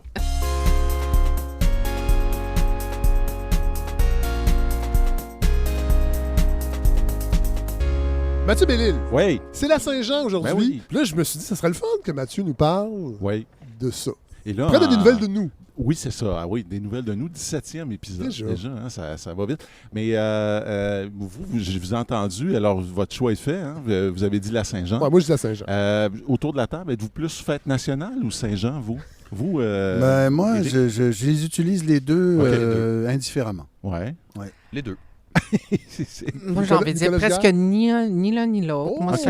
Oh. Non, je suis Ce pas qui est très... une position intéressante, ça. Non, moi, je C'est pour une journée moi, comme une autre. Oui, c'est un congé. OK. OK. Essentiellement, c'est un congé. Je vais être honnête. Mais attendez, là. Nicolas, Oui. juste pour finir votre réflexion, est-ce que le 1er juillet, c'est une journée comme un autre aussi? Non, c'est un autre congé. Bon, c'est ça. Oui, puis là, en De- fait, prochainement, je vais déménager ma mère. C'est Ah, ouais, pas ok. de fin de... Non, Puis c'est- Noël, ok. c'est un congé ou c'est une Non, fête? ça... Fêtez-vous des fois? Oui. Mais Oui, on fête au j'attends... lancement de Lettres québécoises. Ouais. C'est les Mais- congés, Ah, c'est ça. c'est les jours les plus importants. Au risque de me faire lapider, j'avoue, cette fibre-là, disons, fierté nationale, Ouais. Ah, non, mais- je l'ai Ouais, c'est moins, correct. puis on l'a jamais trop eu non plus dans la famille. Ok, je vais être intéressant, honnête. c'est correct. Ça, On a c'est le droit. c'est très valide comme position. Ben oui. Mélika, vous, fête nationale ou Saint-Jean-Baptiste? Plutôt Saint-Jean-Baptiste, mais vraiment par habitude, Ouais. par la manière dont mes parents, mes tantes et mes oncles l'appelaient. Puis nous, ben, C'est vrai. on la fêtait beaucoup. On va encore la fêter au Saguenay avec mes cousins parce que je viens d'une famille impliquée dans le Parti québécois. Oui. Ma Vous mère avez un travaillait lourd à la- passé. J'ai un lourd passé. Mais on c'était va en peut-être une- parler avec mais- Éric, je pense, mais C'était c'était peut-être une belle époque du Parti québécois. ben, c'est-à-dire que c'était la définition de nationalisme dont parlait Éric tout à l'heure. C'est dans celle-là que j'ai été Ouais, élevée. Nino? Un peu des deux. OK. Ça dépend du contexte. Oui. Fête nationale, c'est sûr que ça a beaucoup moins de résonance. Oui. C'est un peu technique. Surtout dans une province. Par contre, ça appelle justement à la nation. Oui, voilà. La Saint-Jean-Baptiste, ça me rappelle beaucoup aussi mon enfance, Oui. le défilé de la Saint-Jean-Baptiste Ben oui. que j'allais voir C'est à ça. Valleyfield. C'est Et drôle, c'était ça. une occasion de réjouissance. Donc Oui. pour moi, c'est Oui, voilà. Saint-Jean-Baptiste égale réjouissance. Vous, Mathieu? Oui, ben moi, la Saint-Jean. Je pense à jamais, j'ai jamais trop. Oui, la fête nationale, ça fait plus propre. Mais alors, la Saint-Jean a été fêtée en Amérique pour la première fois en 1606. Ça commence à dater un peu. C'était des voyageurs français. Là, ça, c'est mon petit moment historique pour Éric, mon ami Éric. Alors, ça a été fêté Éric prend des notes. là. sur la sur la En fait, Éric vous note. c'est ça. Ouais, c'est ça. J'allais dire, Je vais avoir un Éric a bulletin son à la fin. stylo rouge. Alors, non, mais on a fêté la Saint-Jean pour la première fois sur les côtes de Terre-Neuve. Ah oui? D'ailleurs, je ne sais pas s'il y a un lien avec le fait que la capitale de Terre-Neuve s'appelle Saint John's, mais j'en serais étonné. Au Québec, Ben. c'est un jour férié, ça va intéresser Nicolas. C'est un jour férié depuis 1925 Oui. et c'est devenu la fête nationale officiellement, donc suite à un décret du gouvernement de René Lévesque en 1977. Mais le changement de nom officiel en 1977 n'a pas fait disparaître, bien sûr, l'ancienne appellation. D'ailleurs, je vous propose d'entendre ce que l'ancien joueur du Canadien, Philippe Danault, en disait, lui, alors que son équipe atteignait la finale de la Coupe Stanley au terme d'un invraisemblable parcours. Je vous rappelle, c'était il y a 2 ans. On oublie, hein? Oui. Mais il y a 2 ans, on était à 4 victoires de la Coupe Stanley à Ouais. Montréal. There you go, my friend. Well deserved. Take a bite, put it down left. Bonne Saint-Jean à tout le monde. Les Québécois, on est fiers. Let's go. On va chercher. Bon. Bon, hein? là, remettre en contexte. Ouais, le remettre en contexte, il y a un jeune homme qui rit. Alors bon, C'est Cole Caulfield. Alors, c'est Cole Caulfield. Oui. D'ailleurs, c'est intéressant de noter que le contrat de Philippe Dano n'a pas été renouvelé. Non, hein, il demandait suite trop à cher. cette rare affirmation Il nationaliste. demandait Oui, trop tu cher. Vous pensez? Oui, Oui, c'est ça. Ah, c'est une question d'argent. Puis il est parti. Et moi, je me suis dit peut-être que oui. M. Molson n'avait pas trop aimé ça. Là, Non, je pense pas. Ok. Je pense que c'est plus qu'il demandait trop d'argent. Ah, d'accord. Oui. En tout cas, il est allé gagner ses millions à Los Angeles, voilà. où il y a eu des excellentes saisons Tout à d'ailleurs. fait. Tout à fait. Le jeune Cole Caulfield, qui est toujours là, lui, en Oui. était à sa toute première expérience. Et comme vous avez pu remarquer, il trouvait ça très drôle. Et lui vient de recevoir un juteux oui, contrat. oui, bien sûr. Ouais. Mais ça, c'est bon. Alors, il faut le dire, la Saint-Jean-Baptiste est une drôle de fête. Oui. Parce que Saint-Jean-Baptiste lui-même était un drôle de personnage, un original, voire même un détraqué. Oui. Alors, Il faudra peut-être ouvrir une petite parenthèse, Mathieu. ouais, là. original et détraqué. Oui. Hein, alors, c'est parce que les auditeurs auditrices de la balado auront reconnu aussi une formule original et détraqué, originaux et détraqués, Oui. d'un célèbre recueil de récits de Louis Fréchette. Ouais, et vous êtes venu faire une chronique J'étais venu faire une chronique. complète. En fait, un épisode complet Oui, sur la les folie. originaux et détraqués. Oui. On avait parlé des originaux détraqués. C'est un livre de 1892 de Louis Fréchette. Ouais. Et là, pourquoi on a décidé d'en parler? C'est parce qu'il faut remettre... Devant Nino. Devant Nino. C'est parce qu'il faut remettre les pendules à l'heure. Ouais. C'est qu'en fin d'émission, nous, on pensait, tu sais, on est romantique, Ouais. Fred. Hein, on Mais pensait... attendez, Mathieu, j'ai Oui. le... OK, j'ai- on- Ah oui. Tenez-vous bien. Ah, J'ai un enregistrement inédit de la voix de Louis Fréchette. ben voyons. Alors, à ma connaissance, c'est la première fois qu'on entend la voix de Fréchette. L'enregistrement date de 1907, Mais un c'est an fou. avant la mort de Fréchette. Ah ouais. Et un hasard incroyable voyons. fait qu'un bibliothécaire de l'Université de Montréal, dont je ne peux donner le Mais nom, non. parce qu'en fait, il travaille sur beaucoup de fonds d'archives québécois, a trouvé ça dans la collection d'un professeur d'université décédé récemment, dont je ne peux révéler le nom non plus. Et on Louis- aurait cette Oui, exclusivité-là. oui. Un an avant la mort de Fréchette, il lit ce poème qui s'appelle « Le rêve de la vie ». Vous allez voir, c'est une bluette. C'est un peu joli. Ouais. Mais est-ce que vous êtes prêts? Oui. On entend ça? Écoutez, bon, OK, parfait. Bon, je vais...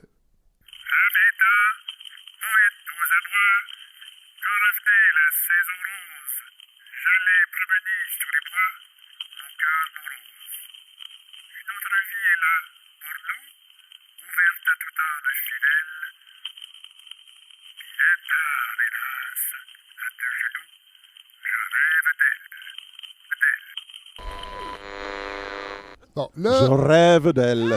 Notre vie morose. Alors, c'est moi et Mathieu, on était bien facétieux. Ah. On a inventé. C'est un canular. C'est un canular. Ben ouais. Ça ressemble, que mettons, vous entendez des enregistrements d'Henri Ben, Bergson, là, de ces années-là. Ouais. Ça sonnait de même. Oui. Ou Paul Claudel, ça m'a fait penser Oui. un peu à ça aussi. Ouais, ouais. là. Et là... Mais là, moi, je vous ai pas dit. Là, Non. j'entends ça. Là, je me dis, bon, OK. Là, on était sûr semble que- qu'on allait recevoir plein de Ah courriels. oui, Oui, là, ça va oui. faire la une Mais du les gens devoir. s'en- Mais J'entends, j'ai Louis Fréchette. j'ai eu un Non, mais c'est là collègue. que tu vois les fake news, hein. Les gens sont jambons, hein. Ils écoutent. Ben, c'est le fun. J'ai eu un collègue à l'Université de Montréal, que je salue d'ailleurs, Yann Vallée, qui m'écrit quelques jours après la diffusion. Il dit, « Hey, Nino, c'est toi qui as fait ça, Louis Fréchette? » Puis là, Mathieu Nino, je l'avais Bellil, quand même mis Mathieu, dans le moi, sac, j'avais là. rien à voir, Ah ni non. dans l'idéation, ni dans la diffusion. Mais Mathieu m'en avait parlé. Mais ça m'a tout de même surpris, je crois, comme vous autres. Moi, quand je me suis dit ça, je me suis dit, bon, ça y est, ils vont en parler dans le journal. Non. Ça va. Écoute, un enregistrement de Louis Fréchette, c'est merveilleux. Ça donne quand même une Personne idée n'en de a parlé. notre rapport au passé et à la littérature, Ben oui. parce que tout le monde s'en est torché. Ouais, Ou c'est ça. personne à peu écoute la balado. Non, ça, on Non. sait Ça que des gens m'étonnerait. qui Un l'écoutent. peu des deux. Mais non, mais peut-être. Alors, Merci, Nino. je pense que les gens nous font vraiment confiance. Fred. Peut-être. Mais là, c'est fini, bien Oui, sûr. hein, oui. Notre capital est épuisé. Mais par ailleurs. C'est le seul qu'on a fait. OK, alors je disais donc, Jean-Baptiste était un original, voire même un détraqué, qui n'avait rien à voir avec le petit blond frisé Non. du fameux défilé. Cousin de Jésus, selon le récit de l'Évangile, il a découvert très tôt sa vocation de prophète, devant paver la voie au Messie. Hein. Ce qui l'a amené d'ailleurs à rompre, comme on le faisait quand on était prophète à cette époque, tout lien avec la société. Alors il vivait dans le désert, il dormait dans des cavernes, il se nourrissait de sauterelles et de miel sauvage, il se vêtait de peau de chameau. Et il a commencé, c'était une idée assez géniale, il faut y penser, à baptiser des vrai? disciples dans un fleuve qui était probablement l'équivalent de la rivière l'Acadie, Oui. c'est-à-dire pas grand-chose, le Jourdain. Et Jean-Baptiste était l'homme qui disait ces 4 vérités à ses contemporains. Il n'avait peur ni du pouvoir ni des conséquences de ses paroles. Et c'est une fin assez triste qu'il a connue parce qu'il meurt dans l'anonymat quasi complet, alors que Jésus, que Baptiste avait lui-même baptisé, connaissait son ascension. Donc, c'est comme au moment où Jean-Baptiste, son étoile à lui est en train de pâlir, celle de Jésus est en pleine ascension. Mais sa tête va être tranchée par le roi Hérode. Ben voilà. C'est ça. Alors, c'est exactement ce qu'il produit. Et c'est une fin qui est d'une tristesse infinie parce que la décapitation de Jean-Baptiste est le résultat d'une sorte de pari un peu puéril.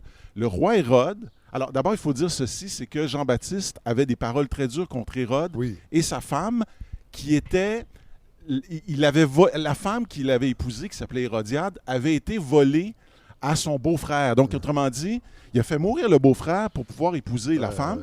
Et Jean-Baptiste, lui, évidemment, passait son temps à gueuler du fond de sa geôle et à rappeler à Hérode qu'il était non seulement, meurtrier, incestueux. Imaginez ce que vous voulez. Puis à un moment donné, Hérode a un kick sur la fille d'Hérodias, qui s'appelle Salomé.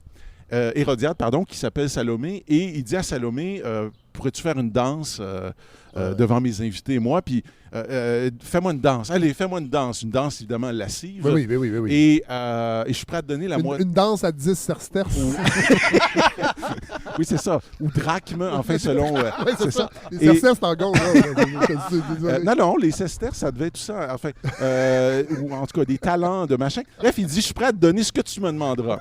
Et Salomé fait sa danse. Tête. Et à la fin, elle va voir sa mère et sa mère lui dit, demande la tête de Jean-Baptiste. Sur un plateau. Voilà. Et Hérode est un peu, il est pris à son jeu. Il va faire décapiter Jean-Baptiste.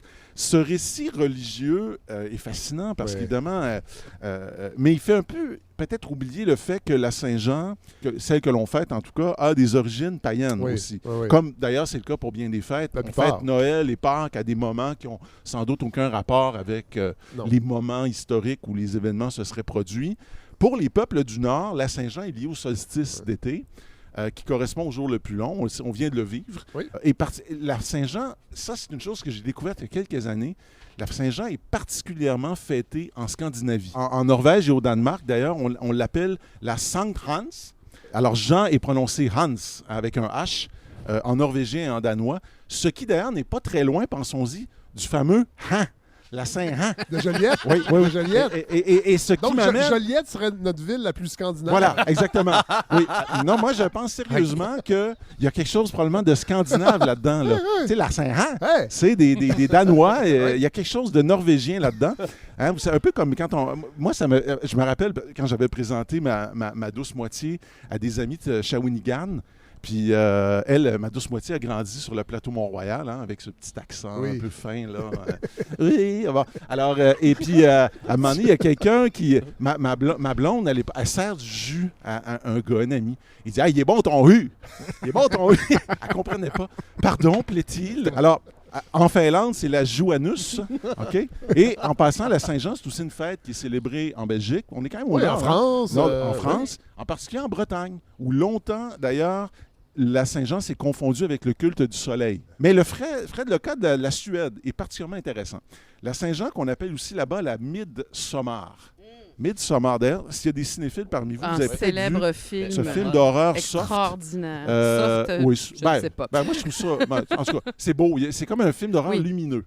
OK? Midsommar, vous irez voir ça. C'est un film paru il y a quelques années où des jeunes sont en Suède, puis à un moment donné, s'en vont en campagne, puis surtout dans une espèce de secte étrange où on fête encore les rites anciens. Les rites païens. Oui, les rites païens. Tu sais, du genre, à 70 ans, je pense qu'il faut que les gens de 70 ans et plus, il faut qu'ils sautent d'une montagne.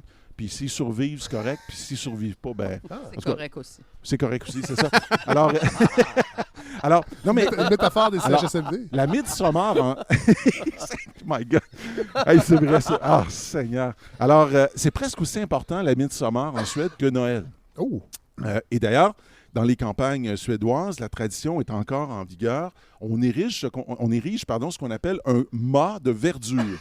Donc, c'est une espèce de poteau. Okay? Tu sais, la danse du poteau, là. Ouais. Okay? C'est une espèce de poteau rempli de fleurs et de plantes. Et on danse autour pendant la nuit.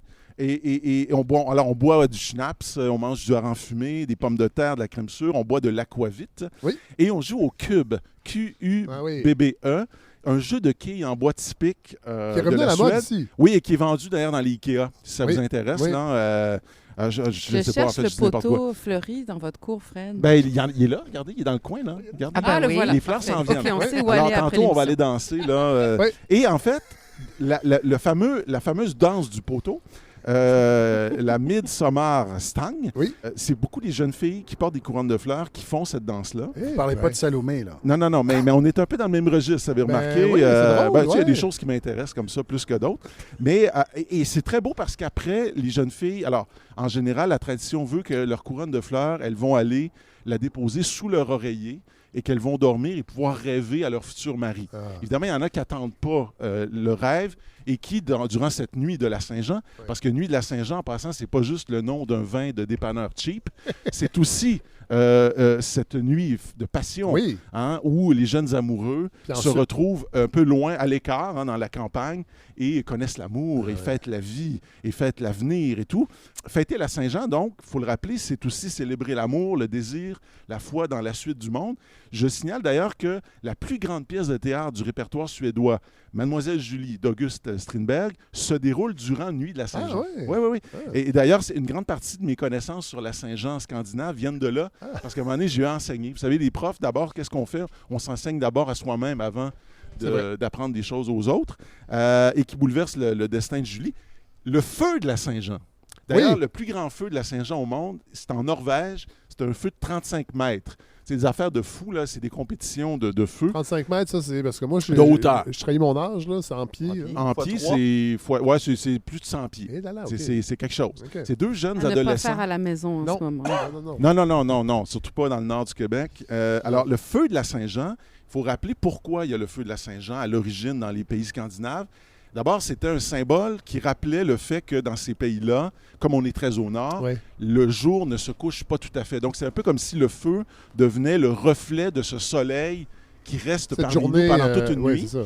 Mais il y avait aussi une fonction qui était celle de chasser, d'éloigner les mauvais esprits, dont les trolls. Ah oui! Parce que les trolls, vous le savez, hein, errent dans les campagnes, Oui. peuvent voler des enfants et les dévorer d'ailleurs. Et d'ailleurs, c'était un excellent moyen de contraception parce qu'on disait aux jeunes couples, ne vous éloignez pas trop du feu et de la lumière pour aller faire des choses pas correctes parce que peut-être un troll se glissera ouais. pendant l'amour et qu'en fait, vous accoucherez non pas d'un humain, mais d'un démon. Vous voyez le genre? Ils sont sur Twitter maintenant, les Oui, trolls. les trolls sont sur Twitter. D'ailleurs, le feu, en ce qui le concerne, moi, je recommande fortement. Clairement. Le feu pour les trolls? Oui, les trolls. D'ailleurs, un petit fait intéressant, vous ne savez peut-être pas, mais le mot drôle en français vient de troll. Ah oui? Alors, c'est Ben voyons. troll. troll. C'est troll. Cet homme est troll! Et là, en passant, c'est pas un canular, c'est vrai. Ah. Non, mais je le signale parce que...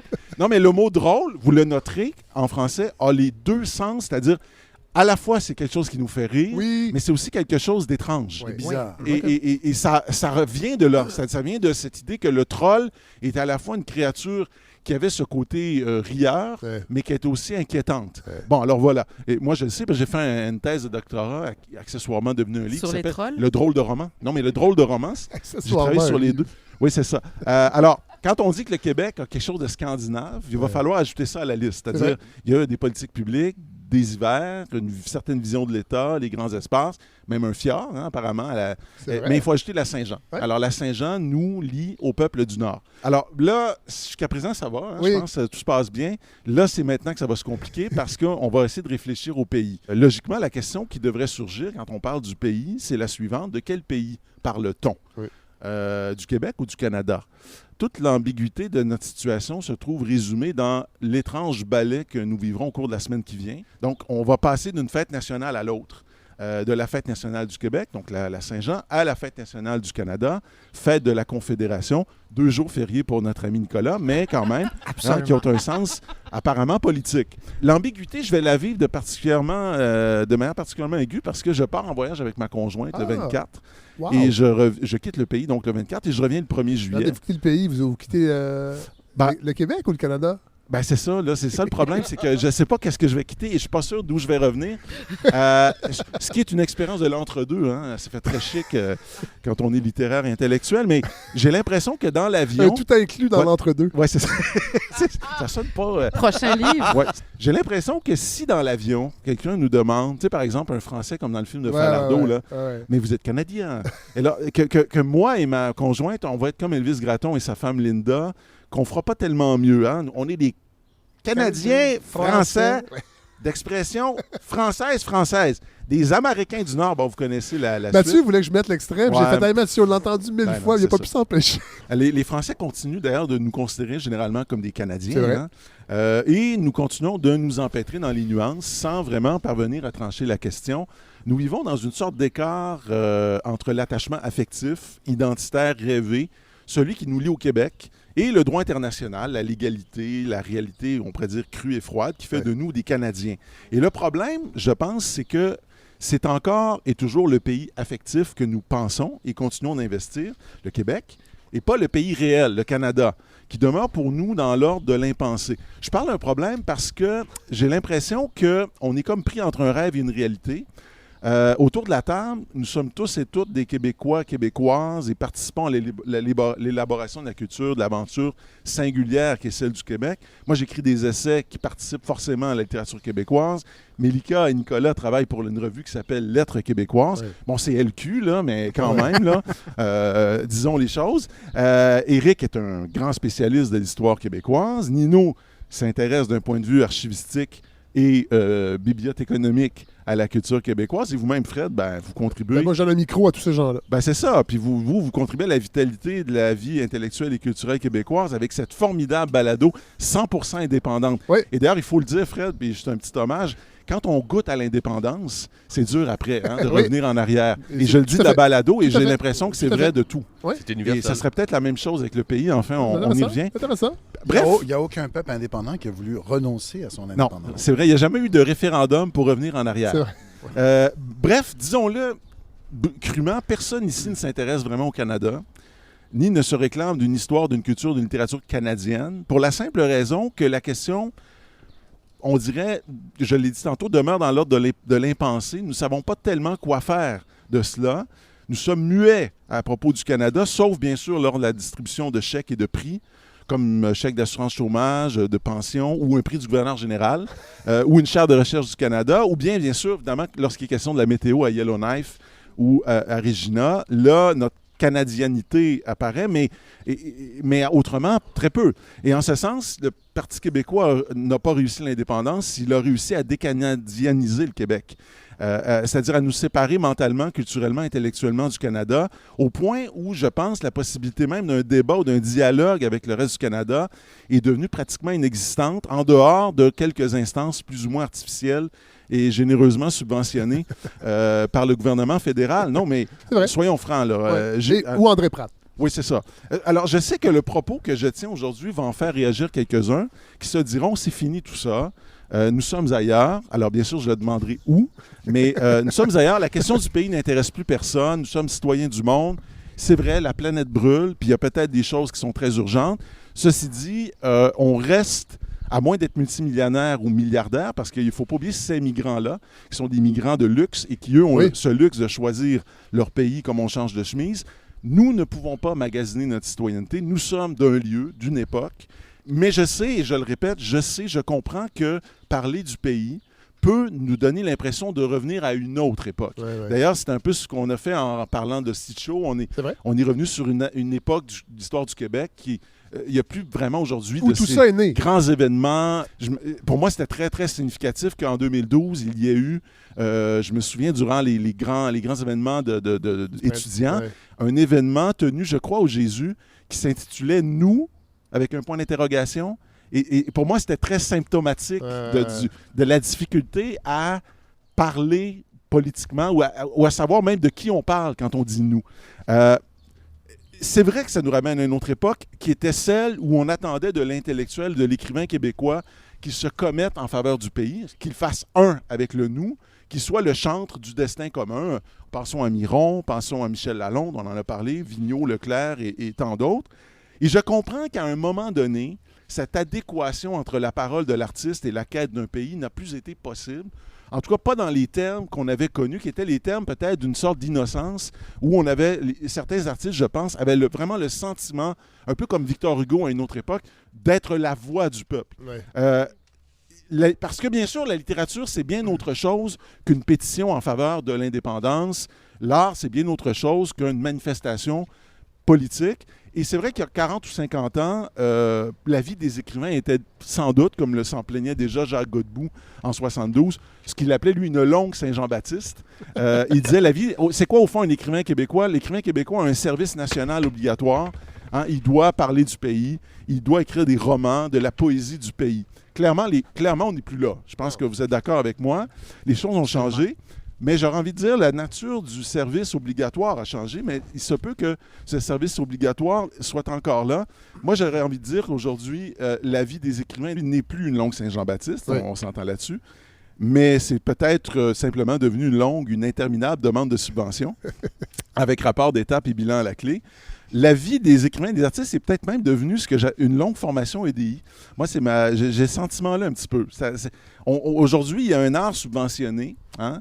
Un art qui est un pur produit des conseils des arts, qui coche toutes les cases, absolument prévisible et inintéressant, qui contribue peut-être à ce que le Conseil des arts du Canada appelle la diversité canadienne, whatever that means, mais qui n'apprend pas grand-chose à personne. Qu'on me comprenne bien, je ne milite pas ici en faveur d'un retour au pays dans les termes exacts où la question a été laissée après 1995. Je ne milite pas pour le retour d'un service national obligatoire. Je milite simplement pour la liberté de parole et de pensée. Et c'est cette liberté que je revendique aujourd'hui en nous invitant à regarder la réalité en face. Soit nous réinvestissons le Canada, c'est-à-dire recommençons à penser sérieusement le Canada en nous décidant, en disant, ben voilà, c'est là qu'est l'avenir, chose qui ne s'est pas faite depuis l'époque de Cité Libre, probablement, il y a 60 ans. Soit nous tentons de voir de quelle manière notre identification en faveur du Québec, culturelle, littéraire, politique, peut mener à son plein épanouissement. Puis si vous n'aimez pas le mot identification en faveur du Québec, ben, affiliation, choisissez le mot que vous voulez, c'est pas important. Autrement dit, est-ce qu'on peut arriver à autre chose par rapport au Québec qu'à la reconduction du statu quo, qui est au fond la politique de la CAQ, qui nous maintient dans le ni souverainiste, ni fédéraliste, en tout cas sans grand enthousiasme? Parce que dans les faits, l'indécision dans laquelle nous nous complaisons nous engage par défaut. Ouais. C'est-à-dire, présentement, ce que nous faisons, nous sommes un peu en train de contribuer à l'édification d'un pays, ce qui s'appelle le Canada. Ouais. Et c'est pour cette raison-là que j'ai pas mal de misère avec l'argument de ceux et celles qui refusent de s'engager dans un projet de souveraineté, par exemple, parce qu'ils y trouveraient des gens qu'ils n'aiment pas. Ça, c'est un résumé d'un souper qu'on a eu, moi et Mathieu, il y a quelques mois. Un souper, oui. Grosse discussion. Vif. Oui. Parce que trop à gauche, trop à droite. Parce que dans les faits, c'est ça, c'est que présentement, nous faisons un pays, ça s'appelle le Canada, dans lequel il y a plein de gens que nous n'aimons pas. La droite religieuse de l'Ouest canadien, les libertariens, les anarchistes. Là, je nomme tous ceux que vous... Peu importe, là, c'est pas des gens que moi, j'aime pas. Non, mais ils sont là. Mais ils sont là. Les woke, les anti-woke, appelez ça comme vous voulez, les adorateurs du pétrole, les environnementalistes, les trumpistes, les liberals, tout le monde est là. Bref, le pays, nous le faisons déjà avec tous ces gens-là. Et c'est pourquoi je me dis que parfois, quand on dit qu'on commence à mettre des conditions à un engagement en faveur du Québec, c'est peut-être juste parce qu'au fond, on n'y tient pas tant que ça, ou que l'idée est devenue plus petite, moins importante que ceux qu'on déteste, et à qui on voudrait surtout pas être associé. Ça ne veut pas dire, par ailleurs, qu'on ne peut pas être indépendantiste et tenir à autre chose, à d'autres idéaux, comme la justice, l'égalité, le partage. Ouais. L'indépendance n'est pas une monomanie, ni un fétiche, et je veux dire que moi, ce qui m'agace aussi présentement dans le discours, c'est la dénonciation de ceux qui ne seraient pas assez indépendantistes ou qui seraient des faux indépendantistes, qui ne seraient pas assez sincères, qui ne seraient pas assez purs et durs. Comme on le voit, par exemple, à l'endroit de plusieurs députés de QS, qui d'ailleurs souvent sont visés aussi parce que, comme par hasard, hein, ils sont immigrants ou fils d'immigrants. Ouais. Ça me désole un peu. C'est pas des vrais. Parce que, oui, c'est pas des vrais. Puis là, je veux juste dire ceci, pour moi, qui est très important. On peut retourner la question dans tous les sens. Une chose demeure vraie. L'indépendance ne se fera pas entre nous. Mettez-le-moi en guillemets. Ouais. C'est-à-dire entre gens du même sang ou de la même... C'est-à-dire, si on fait un jour ce pays qui s'appelle le Québec, ça va être avec tout le monde, avec des immigrants, les fils, les filles d'immigrants compris, la gauche, la droite, tout le monde. Et donc, si je suis souverainiste, moi, même indépendantiste encore, malgré tout, c'est parce que je vois pas vraiment d'alternative sérieuse et viable pour le Québec. Mais tu sais, quand même, pensons-y. Le Québec est le plus grand territoire au monde qui est encore une subdivision d'un pays. Oui. C'est-à-dire, tu sais, à part peut-être la Sibérie, là, mais Ouais. bon, c'est le seul territoire des Amériques qui n'a pas accédé à l'indépendance. Ouais. moi, j'ai pas de haine envers Tu l'as le refusé 2 fois. Oui, c'est ça. Oui, je sais. C'est là peut-être... Non, mais c'est parce que dans votre texte, vous parlez d'anomalie. Oui, mais Ça- c'est peut-être aussi ça. C'est pas une anomalie. Parce qu'on l'a refusé 2 fois. On peut discuter des conditions. Bon. Ouais. Ben, l'Écosse aussi l'a fait. Bon. Puis tu sais, j'ai un texte d'Arthur Ouais. Louis Ouais. que je voulais sortir où lui-même dénonce. Oui. On rate le train. Dénonce, Je suis d'accord. dans le fond, l'emprise cléricale qui nous a empêchés d'accepter la main tendue des Américains lors Ouais. lorsque les colonies ont De voulu leur se séparer. indépendance, oui. Fait que, tu sais, pour moi, c'est pas une anomalie.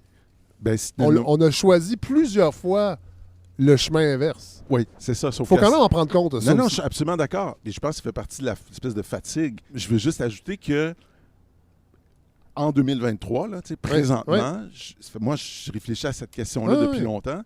Je ne vois pas encore c'est quoi. Qu'est-ce qu'on fait d'autre? Puis si on... Mais- Non, mais si on fait autre chose, ben à ce moment-là, investissons-le. Parce que si on ne l'investit pas, les choses se font sans nous. Ouais. C'est ça qui se Ouais, passe. ouais. Puis se font par défaut sans nous. Ouais. C'est ça qui se passe Éric, au Canada actuellement. Éric Bédard, vous avez pris des notes, là? Oui, je ne sais pas par quel bout commencer. Le problème, là, c'est que choisir entre le Québec et le Canada, moi, la grande découverte que j'ai faite quand je militais en 1995, c'est que finalement, une majorité de Québécois rêvent encore et aujourd'hui, à peu près, d'une reconnaissance à l'intérieur du Canada. C'est-à-dire que on dirait que les Québécois ne se posent pas la question dans ces termes-là. C'est pour ça d'ailleurs que je crois qu'un prochain référendum devrait offrir des options, plutôt que de dire vous êtes pour ou contre telle option. Ben non, on vous met on fait une liste de 2 ou 3 propositions, puis vous choisissez celle que vous préférez. Je trouve que ce serait plus sain que de dire oui ou non à quelque chose, parce qu'il y a toujours plein de raisons d'être contre quelque chose, mais de dire j'adhère à 1982, ça, j'aimerais ça, moi, que ça soit sur le bulletin de vote, là. Est-ce qu'on est d'accord avec le Canada de 82, le statu quo? Ou est-ce qu'on veut une réforme en profondeur du Canada pour reconnaître le Québec? Ou est-ce qu'on veut l'indépendance? Alors, mais malheureusement, par rapport à ta démonstration, j'ai l'impression que le choix d'une réforme, d'une reconnaissance à l'intérieur du Canada reste le premier choix des Québécois. Ça l'a toujours été, ou à peu près, plutôt qu'une indépendance. Et voilà. Donc, c'est pour ça que moi aussi, je pense que les vraies options, c'est le statu quo et l'indépendance, mais beaucoup de Québécois continuent de nourrir des aspirations à une reconnaissance. Et ça, c'est peut-être dû au fait que le Canada a récupéré, entre guillemets, des éléments identitaires de ce qu'étaient nos ancêtres. Le Canada, le premier Canada, c'était la vallée du Saint-Laurent. Les premiers Canadiens, c'était les descendants de Français. L'hymne national. Alors peut-être que tout ça a joué dans, je ne sais pas, la psyché collective de souhaiter cette espèce de troisième voie. Deuxième élément où j'ai... Un autre élément que je voudrais souligner, c'est que je vois... moi, je vois deux impasses. Je vois en tout cas une grande impasse dans le mouvement souverainiste actuel. Et cette impasse-là, c'est que du côté, oui, vous l'avez dit, du côté de beaucoup de souverainistes, on accuse les progressistes de QS et tout ça d'être pas de vrais souverainistes et peut-être même pas de vrais Québécois. Et de l'autre côté, donc c'est très, très choquant de se faire dire t'es pas un vrai, t'es pas un vrai, avec 3 petits points, indépendantiste, québécois et tout ça. Mais de l'autre côté, de dire parce que t'es pour la laïcité, t'es peut-être un raciste, t'es un xénophobe, tu veux le repli. Je veux dire, on n'a pas pire accusation que d'accuser soit quelqu'un de traître ou soit quelqu'un de raciste. Et avec ça, on est dans une totale impasse. Et on le vit avec la polémique autour pseudo-polémique d'Émile Bilodeau, qui, je crois, anime beaucoup les réseaux sociaux, beaucoup plus que la réalité. Mais reste que, le Parti québécois ne veut pas participer à... Toute l'histoire était un peu lamentable. Oui, c'est ça. Et je termine avec un exemple. J'ai écouté une balado que j'ai trouvé fantastique sur Léon Blum, la vie de Léon Blum sur France Inter. Léon Blum, au congrès de Tours de 1921, où il y aura cette grande scission entre les communistes et les socialistes. Léon Blum, qui était à ce moment-là minoritaire, les communistes vont aller avec un nouveau parti. Mais Léon Blum fait un discours en disant, il se fait huer, en disant... on n'est pas d'accord sur la marche à suivre, mais évitons de trop nous faire mal, puisqu'un jour, on aura probablement à travailler ensemble. Et ce sera le Front populaire en 1936. Donc, parce qu'il y a des accusations qui laissent des traces. Bien sûr. Et ces accusations d'être soit un raciste, soit un traître, ça laisse des empreintes, ça laisse des traces. Et il faut se ménager entre gens qui n'avons pas la même vision peut-être de l'avenir et de la route. On a la même destination, mais pas la même route. Mais on se ménage pas beaucoup. On se ménage pas depuis quelques années. Là, moi, je dois avouer que pour... Tu sais, moi, j'ai voté oui en 95. Je revoterais oui s'il y avait un référendum. Ouais. Sauf que ça m'intéresse beaucoup moins qu'avant. Ouais. Puis moi, j'ai dit au moins 200 fois sur scène que j'étais indépendantiste dans le temps des apartistes. J'ai l'impression que ça fait 50 ans. Et j'ai l'impression que le mouvement souverainiste a énormément changé depuis que moi, je m'inscrivais dans ce mouvement-là au début des années 2000. Et moi, j'aurais de la difficulté à être sur une même tribune que la majorité des ténors actuels du nationalisme québécois que je trouve refermé sur lui-même. Vous parliez en fait, qui se referme de plus en plus. Vous parliez que ça manque d'amour. Ça manque d'amour, ça manque d'ouverture à la différence. Ça manque d'ouverture à soi, à soi-même. Donc, les gens comme moi, on est nés ici. Je suis née au Saguenay. Le premier ancêtre du côté de ma mère est arrivé ici en 1662. Même s'il était arrivé avant-hier, peu importe, mais je veux dire, là, c'est rejeter ses propres enfants. Je veux dire, à un moment donné, évidemment, je ne parle évidemment pas de tous les nationalistes ou de tous les péquistes, parce que j'en ai rencontré plein qui ne sont pas comme ça. Puis j'essaie de retrouver, c'est ça, j'essaie qu'on entend beaucoup. De les retrouver, ces voix-là, pour qu'on puisse, plein de gens comme moi, s'y raccrocher parce qu'on croit à la singularité du Québec. Quand j'ai vécu des années en France, de 2005 à 2017, et j'étais tellement fière d'être québécoise. Et de quoi j'étais fière? Puisque je me rappelle de mes discussions, notamment avec des femmes musulmanes ou avec des amis immigrés là-bas, c'était un pays progressiste, c'était un pays où on pouvait vivre librement, c'était un pays féministe, c'était un pays, quand il y a eu le mariage pour tous en France en 2011, puis que les gens ont marché dans la rue pour se révolter, nous, ça faisait des années que ça existait, on était admirés pour ça. J'étais hyper fière de ça. J'étais fière de la révolte étudiante en 2012 parce que j'étais encore là-bas. Et puis, je me sentais incluse dans une société égalitaire, progressiste, diverse. Et depuis que je suis revenue au Québec, donc en 2017, je vois ça s'amenuiser et je pense que peut-être qu'il faudrait tous qu'on reprenne la parole tous ensemble, comme on est en train de le faire ici, même si on peut avoir des désaccords, comme disait Éric, avec Éric. Ben moi, je peux être le token de beaucoup de gens, puis Éric aussi. Fait qu'on fera un club des tokens. Non, mais vous voyez ce que je veux dire? Donc c'est même pas seulement rejeter l'autre, c'est rejeter l'autre en soi. Nino, je pense que... Oui, non, j'aurais quelques petites choses à dire là, sur ce dont on vient de parler. C'est sûr aussi qu'il ne faut pas tomber dans un piège, justement, d'être trop dur avec nous-mêmes. Là.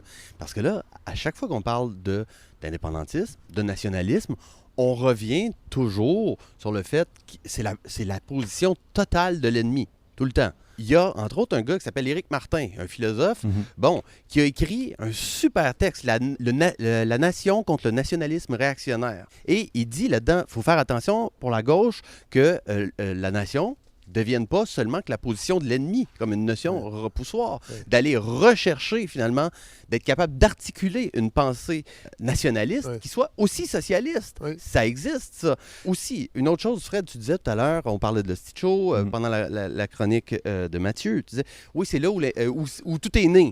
C'est pas tout à fait exact. C'est le discours de ces gens-là. Ben, c'est là où le néo-nationalisme est né. Là. Donc, l'indépendantisme des années 60. On va les nommer, c'est les baby boomers. Mais Éric, cette année, a fait la préface d'un livre de l'historien Maurice Séguin, justement, qui s'appelle L'idée d'indépendance au Québec, où il plonge l'indépendantisme dans des racines profondes. Parce que, oui, il y a les années 60, mais il y a aussi le nationalisme et l'indépendantisme des années 30. Il y a les patriotes. Avant ça, il y a eu énormément de combats depuis 1760, puis Maurice Séguin revient là-dessus. Sur la fatigue qu'on ressent, la fatigue culturelle, on la ressent toujours par rapport à l'échec du référendum de 80 puis de 95. Mais on pourrait parler aussi peut-être un peu plus souvent de l'échec aussi du projet nationaliste canadien, parce qu'il y avait des réformes qui ont été annoncées. Il y a un échec total du projet canadien en 80 et en 95. Ça, quand on parle de la fatigue culturelle, on y revient moins souvent. Mais il y a une fatigue culturelle canadienne aussi. Puis au Canada, finalement, il y a une espèce, on dit il n'y a pas de nationalisme au Canada. C'est tout à fait faux. Il y a comme une espèce de nationalisme, qu'on pourrait dire un nationalisme zombie. Écoutez, Justin Trudeau, mais qui est un nationalisme d'effacement. Justin Trudeau disait...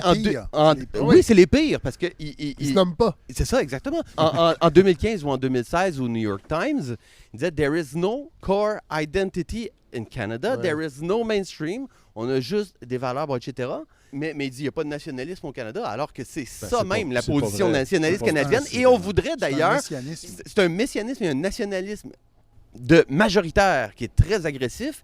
Et on voudrait d'ailleurs imposer cette conception-là aussi au Québec. Puis c'est sûr aussi que quand tu es un pays... Quand tu es un pays criminel et impérialiste comme le Canada l'est, c'est sûr que tu veux pas qu'il y ait rien qui tienne ça. Non, il n'y a pas d'unité, il y a pas... Non, ça se tient pas. Il y a juste des idées comme ça à gauche et à droite. Ouais. Moi, je vais comme embêter tout le monde. Quand c'est la fête. Ça le dit, c'est pas vraiment une fête. Là. Moi, je pense qu'il faudrait justement qu'on accepte d'être un peu plus dur avec nous-mêmes puis un peu plus critique. Moi, je pense qu'il faudrait qu'on accepte de regarder pourquoi il y a tellement de personnes qui se sentent québécois jusqu'au bout des ongles, qui se reconnaissent dans ce qui est dit dans le documentaire, qui se reconnaissent dans cet héritage-là et qui se sentent exclus. J'aimerais ça qu'on se rappelle de tout ce que j'ai énuméré tantôt qui faisait que j'étais tellement fière d'être québécoise et que je vois ça me nuiser comme peau de chagrin. Et je pense que justement, il faudrait se ressaisir, non pas du passé, mais de les entrailles, ce qui est sorti des entrailles de l'Hostie de Show. C'est ma génération, c'est la génération d'Éric. On n'est pas tous d'accord, mais il y a une partie de ces gens-là qui sont exclus d'une certaine vision du projet, celle qu'on voit dans les médias. On ouvre un journal, on allume la radio, et puis c'est lourd. Oh oui. Et on ne se rend pas compte, je pense, quand on ne le vit pas, d'à quel point c'est lourd. C'est vrai. Puis je vais juste vous donner un petit exemple par rapport au documentaire que j'ai vraiment beaucoup aimé. Donc, on a beaucoup d'invités qui sont les générations d'après, à qui on demande de réfléchir en tant qu'artiste, metteur en scène, politologue, historien, à l'héritage de ce spectacle-là et de l'esprit de cette époque-là, où notamment il y a l'ouverture à l'autre, le progressisme, la solidarité avec les autres pays, tout ça, bon, on en a parlé tout à l'heure. Là, on a donc plein d'intervenants et il n'y a pas une seule personne, notamment du milieu du théâtre et du spectacle, qui fait partie de ce groupe de Québécois-là, qui pourtant, ils sont très nombreux à écrire là-dessus. Qu'est-ce que tu voulais dire, ce groupe de Québécois-là? Ben, je veux dire les enfants d'immigrés ou ceux qui sont les enfants des immigrés, mais des gens qu'on a accueillis en 68 et qui ont eu des enfants. On entend des gens de la majorité blanche, francophones, dire « Wow, c'est vraiment à peu près c'est que le fun, ça. C'était ouvert, tout ça. » Mais après ça, je me suis dit, bon, je vais pas être parano parce que je vais pas essayer de faire des procès d'intention. Peut-être qu'ils ont essayé d'en appeler plusieurs et que personne n'était disponible. On sait jamais, puis je vais pas prêter d'intention malveillante aux documentaristes. 4 minutes avant la fin, au moment où tous les gens qui sont intervenus à plusieurs reprises, dont Éric, dont les interventions sont passionnantes, chacun a fait un genre de bouclage de boucle. Et là, tout à coup, on a Adib Al-Khalidé et Mélanie Demers qui ont à aucun moment été dans le documentaire, qui disent une phrase de la fin. Et là, c'est ça qui m'a gênée. C'est comment ça se fait qu'ils sont là seulement dans la conclusion. Vous avez vraiment préféré Francine Pelletier avec ceux qui chantent en anglais à la fin, là. Ah non, mais supposément, la novlangue québécoise montréalaise non. qui parle bilingue, là, ça, c'est mais je comprends pas ce que vous voulez dire. Non, mais c'est parce que c'est ça qu'on avait montré dans Francine Pelletier, et je me demande si c'est ça que vous souhaitiez ou quoi. Non, moi, je souhaite rien. Qui chantent en bilingue, non, ce que je veux dire, c'est que Mélanie Demers et Adib Al-Khalidé sont amenés à commenter sur ces origines-là, et qu'au lieu d'intervenir comme tout le monde tout au long du documentaire, ils arrivent seulement à la toute fin. Un peu trop bas. Et je comprends pas pourquoi, s'ils ont été disponibles pour être filmés, pour discuter de ça, on les garde tous les deux tout à coup juste pour la conclusion. Donc, à la limite, c'est le fait qu'ils apparaissent à la fin qui me gêne plus que le fait qu'ils n'auraient pas été là. S'ils n'avaient pas été là, j'aurais pu me dire personne n'était disponible ou les gens, entre guillemets, dits racisés, n'ont pas envie de parler de l'hostie de show, ça ne les intéresse pas, je le sais pas. Je me demandais ce qui m'énervait tout le long. Puis je pense que ce qui m'énervait, c'est qu'il y avait un truc de représentativité bizarre, mais après ça, je me méfie de ce genre de raisonnement-là, même chez moi-même, dans le sens où on ne peut pas tout fonctionner sur la représentativité puis la proportion, puis c'est un peu débile. Puis c'est quand ils sont apparus que je me dis, mais pourquoi? C'est bizarre. Oui, je me demande aussi, d'ailleurs, je ne veux pas présumer de rien, mais si les intervenants ont ou non écouté l'hostie de show, parce que c'est un peu niché, il faut aller sur BNQ numérique, comme j'ai expliqué tout à l'heure et tout ça. Peut-être Mais pas. c'est parce que, est-ce qu'ils ont parlé de l'hostie de show ou de l'idée qu'on se fait de l'hostie de show, Ouais. que c'est redevenu C'était du mythe? les- Bon, les- parce que Je pense qu'Éric va pouvoir nous répondre, mais si j'ai bien compris, Éric, il ne s'agissait pas seulement de parler du spectacle, il s'agissait de laisser parler de la marque contexte. laissée La mémoire, par le et de la spectacle et mémoire, par ce qui Et se passait le à cette contexte. époque-là et qui a changé le Québec. contexte, Qui voilà. a fait le Québec dans lequel on est aujourd'hui. C'est ça, c'est ça. Oui. Nicolas Giguère? Oui. Oui. Juste pour revenir, parce qu'on a parlé au début de le petit show, mais cela Je dit... suis désolée, j'ai Non, c'est bifurqué. intéressant, c'est intéressant. Mais par rapport à ce que Mathieu, la chronique de Mathieu et cette réflexion qu'on a, moi, je veux vous entendre parce que vous représentez, je pense, beaucoup de gens par rapport à votre désintérêt de ces questions-là. Oui. Écoutez, vous parliez du référendum de 95. Moi, à l'époque, j'avais 11 ans. Je vais vous dire, disons, mes préoccupations, Oui. c'était pratiquer mes moves en Mortal Kombat 3 sûrement, puis jouer sur ma console. Comment je pourrais dire, même chez nous aussi, mes parents, je pense qu'ils ont peut-être à l'époque, au référendum de 80, voté pour le Parti québécois, mais ça n'a jamais été très, très, très, disons, il n'y a jamais eu de discussion de famille autour de la politique. C'est pas un sujet tabou, c'est tout simplement. Et je pense, en effet, que, disons, du côté peut-être certaines personnes de ma génération et aussi des générations qui suivent, en fait. Moi, ce que peut-être, un désintérêt, parce que je pense que c'est Éric Bédard tout à l'heure qui le mentionnait, c'est que c'est des positions extrêmement campées aussi. Et on retrouve ça autour de la question nationale, mais on retrouve ça, je pense, aussi autour de beaucoup de débats idéologiques. Gauche, On pourrait droite, parler identitaire, pas Crispation. identitaire. c'est ça. Aussitôt, en fait, qu'on touche à l'identitaire, on aurait pu aujourd'hui parler, disons, l'identité l'identité sexuelle, l'identité de genre, et il y aurait eu la même chose aussi. Puis moi, je suis vraiment dans disons, l'optique aussi de reprendre, disons, des termes injurieux, je ne vais pas les dire, rassurez-vous, mais aussi, disons, de les vider de leur sens, puis entre autres, dans les détourner. les détourner. Puis moi, dans ma pratique d'écriture, je reviens toujours à la littérature parce que c'est important.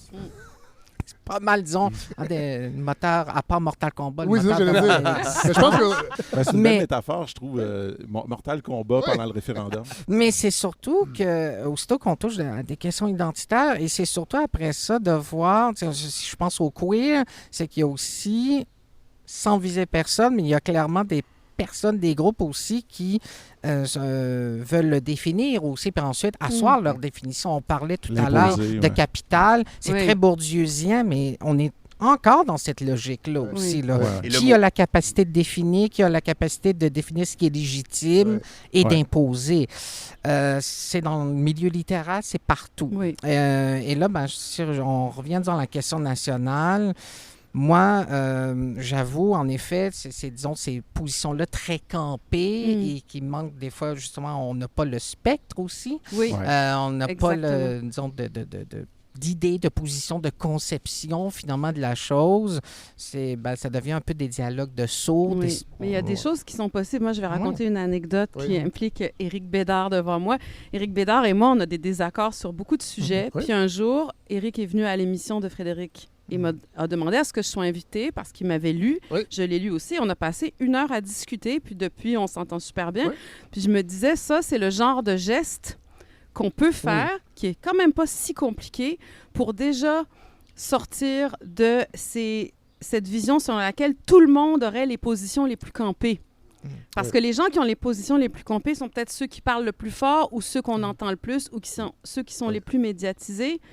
Mais je ne suis pas certaine que ce soit la majorité. On va se diriger vers la fin parce que l'épisode est quand même costaud. C'est vrai. Puis c'est quand même moi le patron. On avait oublié que c'était vous. Porte mon nom. C'est ça. Et je fais le montage. Non, mais je vais revenir sur un point intéressant de Mathieu dans sa chronique sur le Parti québécois n'a pas réussi indépendant. En fait, les Québécois ont refusé 2 fois, mais ils ont décanadisé le Québec. Oui. Est-ce que ça n'a pas été quelque chose auquel les Québécois étaient attachés, le Canada français? Ah oui. Puis, on le sait, c'est les États généraux sur le français, je pense, en 69. Donc, il y a eu une cassure importante. Puis on a décidé, dans le fond... de miser sur le Québec. Oui, puis si vous croyez aux Français sur ce continent, ça va se passer au Québec. Dans les faits, c'est pas mal ça qui se passe. Oui. Oui, mais le Canada français existe encore. Oui. La balado est allée en Acadie. Oui, mais Oui. là, Mathieu, Oui. c'est ça. On peut dire, Non, mais il est ouais, en... regardez-les, non, ils ont non, un Fred, accent. Non, c'est pas ça. Puis il y a des que je dis. politiques. Mais il est en lambeau. Oui, il est en Il est en lambeau. lambeau. Mais Oui, peut-être mais- que est-ce qu'il n'y aurait pas là quelque chose à réinvestir? Parce qu'on Oui. on peut bien dire Oui, là, que le oui. Canada, puis Les vous avez raison, solidarités, c'est ouais. un non-pays, j'en parle jamais. Non, non, ici. moi, c'est pas ça Mais que je il dis, moi, fonctionne Fred. parce que vous parlez de demande de subvention, puis à coup de subvention, mais il y a des gens Ben qui oui. réussissent à parler contre le Canada en étant subventionnés. Oui, c'est ça, c'est Et merveilleux. c'est pour ça que c'est difficile Ben, de d'ailleurs, demander à si- Mathieu, attendez. Ouais. Ah, C'est pardon. pour ça que c'est difficile de demander à des gens, hey, on va tout détruire ça, puis on va faire un pays. Ouais. Parce qu'on n'est pas assiégé militairement. Je sais que c'est trivial non. ce que je dis, On n'a pas faim, on n'est mais pas c'est une affamé, vue de l'esprit, ouais. ce débat-là. Parce que dans les faits, ça fonctionne pour beaucoup de gens. Mais il y en a Mais certains qui sont affamés, mais ils sont Oui, jamais tenus Mais en compte non. dans les discussions sur Mais ce ils sont pas sujet-là. affamés à Mais cause du Canada. Non, absolument pas. C'est Non. un des aspects de ta chronique, Mathieu, c'est sûr, quand tu nous dis, moi, je suis pas en haine contre le Canada, j'ai pas de désir de vengeance. C'est bon, tu dis tout ça. Et je pense que, en fait, je sais que c'est pas une pause chez toi, mais c'est vertueux. On souhaite soutenir quelque chose parce qu'on est d'accord, parce que c'est positif.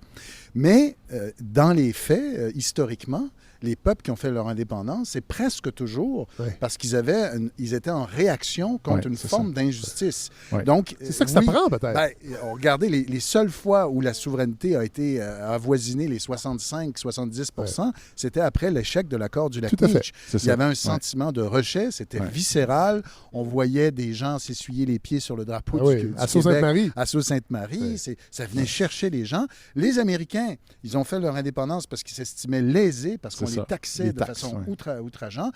Les peuples baltes, les peuples de l'ancienne Union soviétique ont été en réaction Ben contre oui. ces impérialistes russes qui voulaient tout décider pour eux. Alors, malheureusement, j'aimerais que ce soit toujours positif. Et j'ai des débats comme ça avec des amis, mais empiriquement, les peuples qui font leur indépendance, c'est souvent parce qu'il y a un coup de sang, parce qu'il y a une injustice, parce qu'ils sont en réaction. Ouais, je suis d'accord. On l'attend encore. Et, Sauf non, que- mais à ce moment-là, il y a une brèche. Ouais. Et on je peut suis dire, d'accord. bon, on Il y a aurait un voulu motif. peut-être que l'indépendance se fasse sous des auspices plus heureuses, Ouais, mais vertueuses. c'est- Mais là, il y a c'est une pas ça, brèche mon- et on y va. Qui est dans tout mouvement d'affirmation, il y a une part de rejet. C'est-à-dire, quand on s'affirme, c'est parce qu'aussi on rejette quelque chose ou qu'on veut résister à quelque chose. Donc, tu sais, par exemple, on défend le français ou forcément... Ou pas, mais si on le défend, forcément, c'est pour, mais c'est aussi contre. Ça va ensemble. Ça, c'est indéniable. Mais c'est drôle parce que tantôt, on parlait des ténors du mouvement et on disait on ne se reconnaît pas dans leur projet, mais ils ne parlent pas de leur projet. On n'en parle presque pas du projet. Mais Mathieu, tu peux pas... Ce dont on parle, c'est de toutes les raisons, parce qu'on Mathieu, essaie de ramener le coup de sang. Vous pouvez pas nier qu'il y a un discours fermé présentement au Québec qui est extrêmement nuisible parce qu'il est en train d'écœurer du monde comme moi d'un projet collectif. Non, mais c'est précisément Il faut le faire, là. C'est précisément vers ça que je m'en vais. C'est ça. Je m'en vais, c'est-à-dire que présentement, ça manque de générosité dans le discours. Oui. Ça manque de générosité. Oui. Je veux juste rappeler aux gens que dans les années 60-70, les grands chanteurs, là, ceux qui ont fait ce qui aurait dû être l'hymne national du Québec, disons version Jean du Pays, c'est probablement un des seuls hymnes nationaux dans le monde où le thème central, c'est l'amour. Tout à fait. C'est à votre tour de parler d'amour. Ouais. Puis l'amour, on l'a chez Félix, on l'a chez Miron, on l'a chez... Bon, et c'est peut-être le résultat des 2 échecs référendaires. C'est peut-être parce que le mouvement joue... Présentement, on va dire ça comme ça, joue défensif, joue pour ne pas perdre, mais ça manque de générosité. Et quand je dis manque de générosité, c'est aussi que il y a...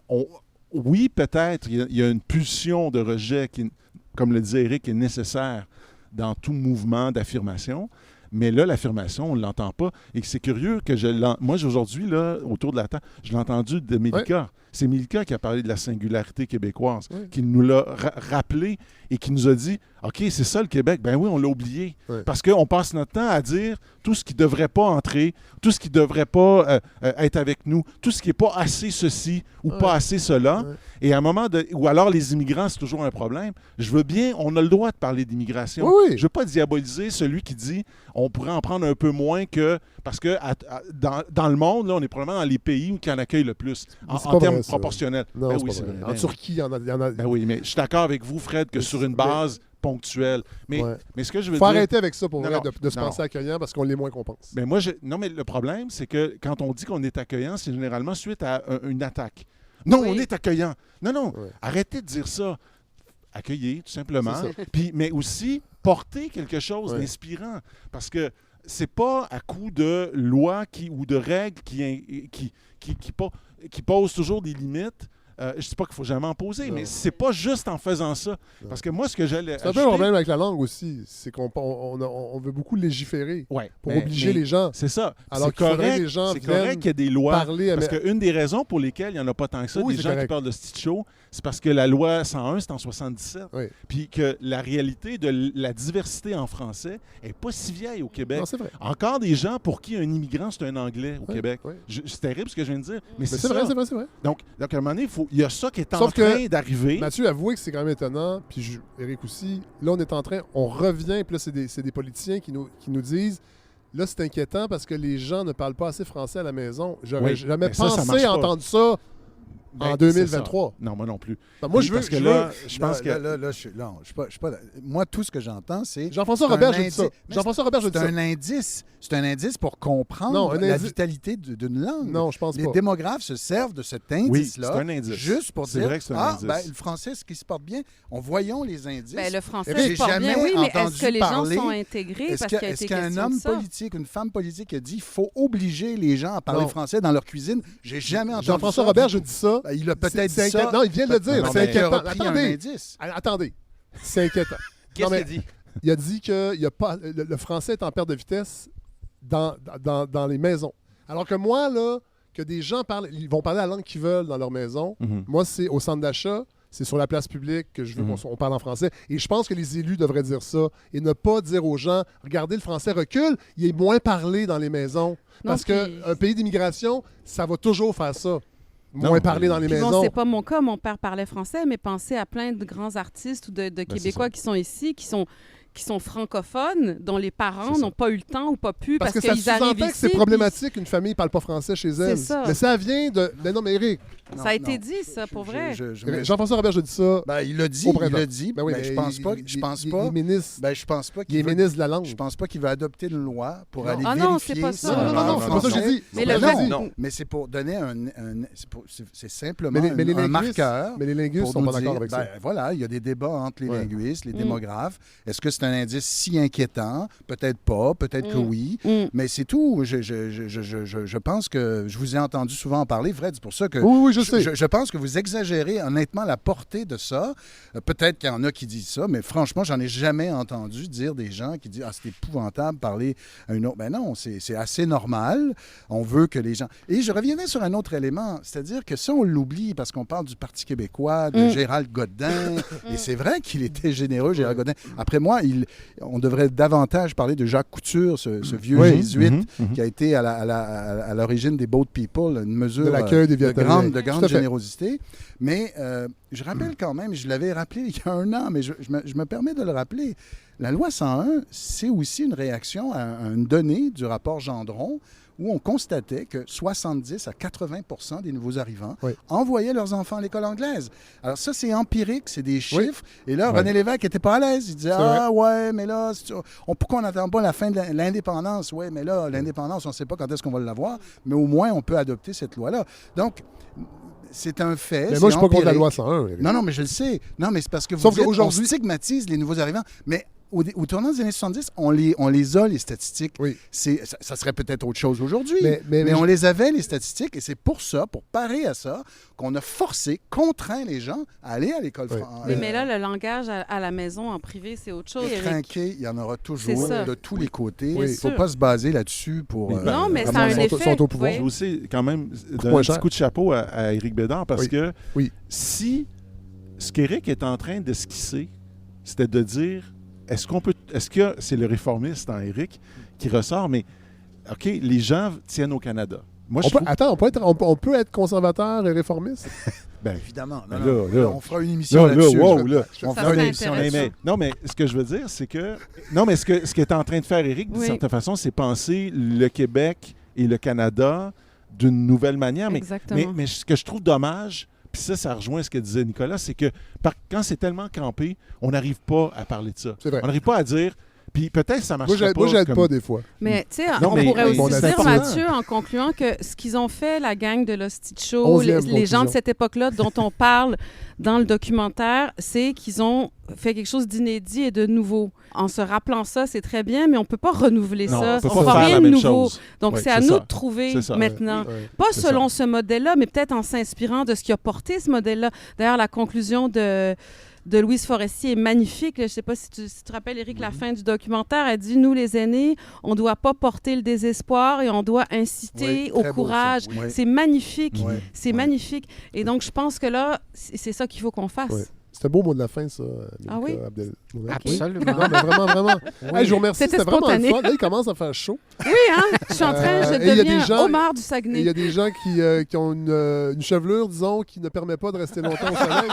Je me sens un peu visé. C'est une façon différente de parler de la calvitie. Ouais, là, je... Hey, merci. Nicolas, merci. Merci à vous. Mathieu Bellil, merci. Merci. Toujours un plaisir. Éric Bédard. Ben, merci. Vous allez revenir l'année prochaine. Ben oui, puis oui, avec plaisir. Ouais, J'ai des vraiment. propositions pour vous. Puis vous êtes plus qu'un token. Ah, merci. Vous êtes un ami. Je de suis la balado. Ben Non, oui, vous êtes un ami de la balado. soulagé. Nicolas Giguère, merci. Ça m'a fait plaisir. Merci. On se retrouve aussi pour le prochain numéro de Lettres québécoises. Et Nino Gabrielli, merci. Plein Hey, de. bravo. J'ai déjà hâte aux chroniques. Passionnant. Ouais, vos prochaines chroniques. On va terminer en musique. Puis on va boucler la boucle de Stitch Show parce qu'on va finir avec une pièce de Robert Charlebois. Et c'est une chanson qui est parue au début des années 90 qui s'appelle L'indépendantriste.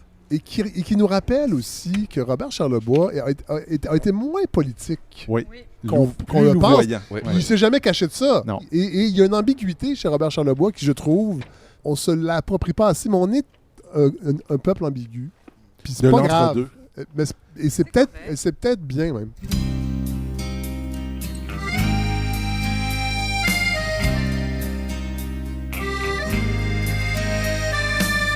Elle enfile un bustier fleur de lysée pour afficher son autonomie. Il repasse son t-shirt unifolié en bougonnant après les colonies. Elle trinque au bon roi François Ier. Il tête son scotch from the old country. Elle tique tout ça, c'est sa faute à lui.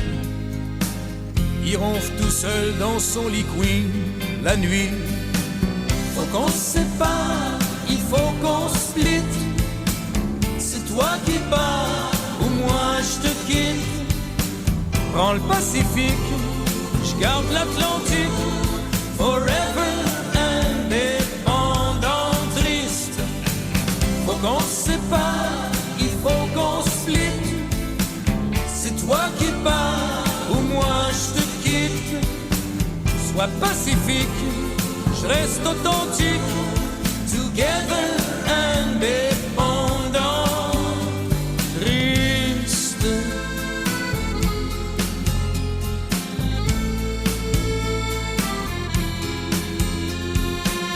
En chambre bleue, quand elle démaquille sa constitution, frère de vieille fille, c'est la première à revenir en arrière. Une dernière fois pour que demain soit hier. Ils se sont aimés, well, souverainement. Mais maintenant, les enfants sont grands. Et la maison où ils étaient heureux est à vendre sur la terre de nos aïeux. Faut qu'on se sépare, il faut qu'on split.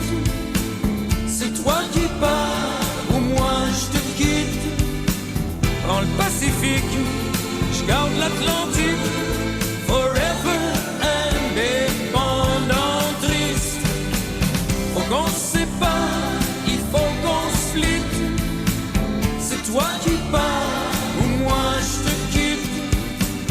Sois pacifique, je reste authentique. Together indépendant triste.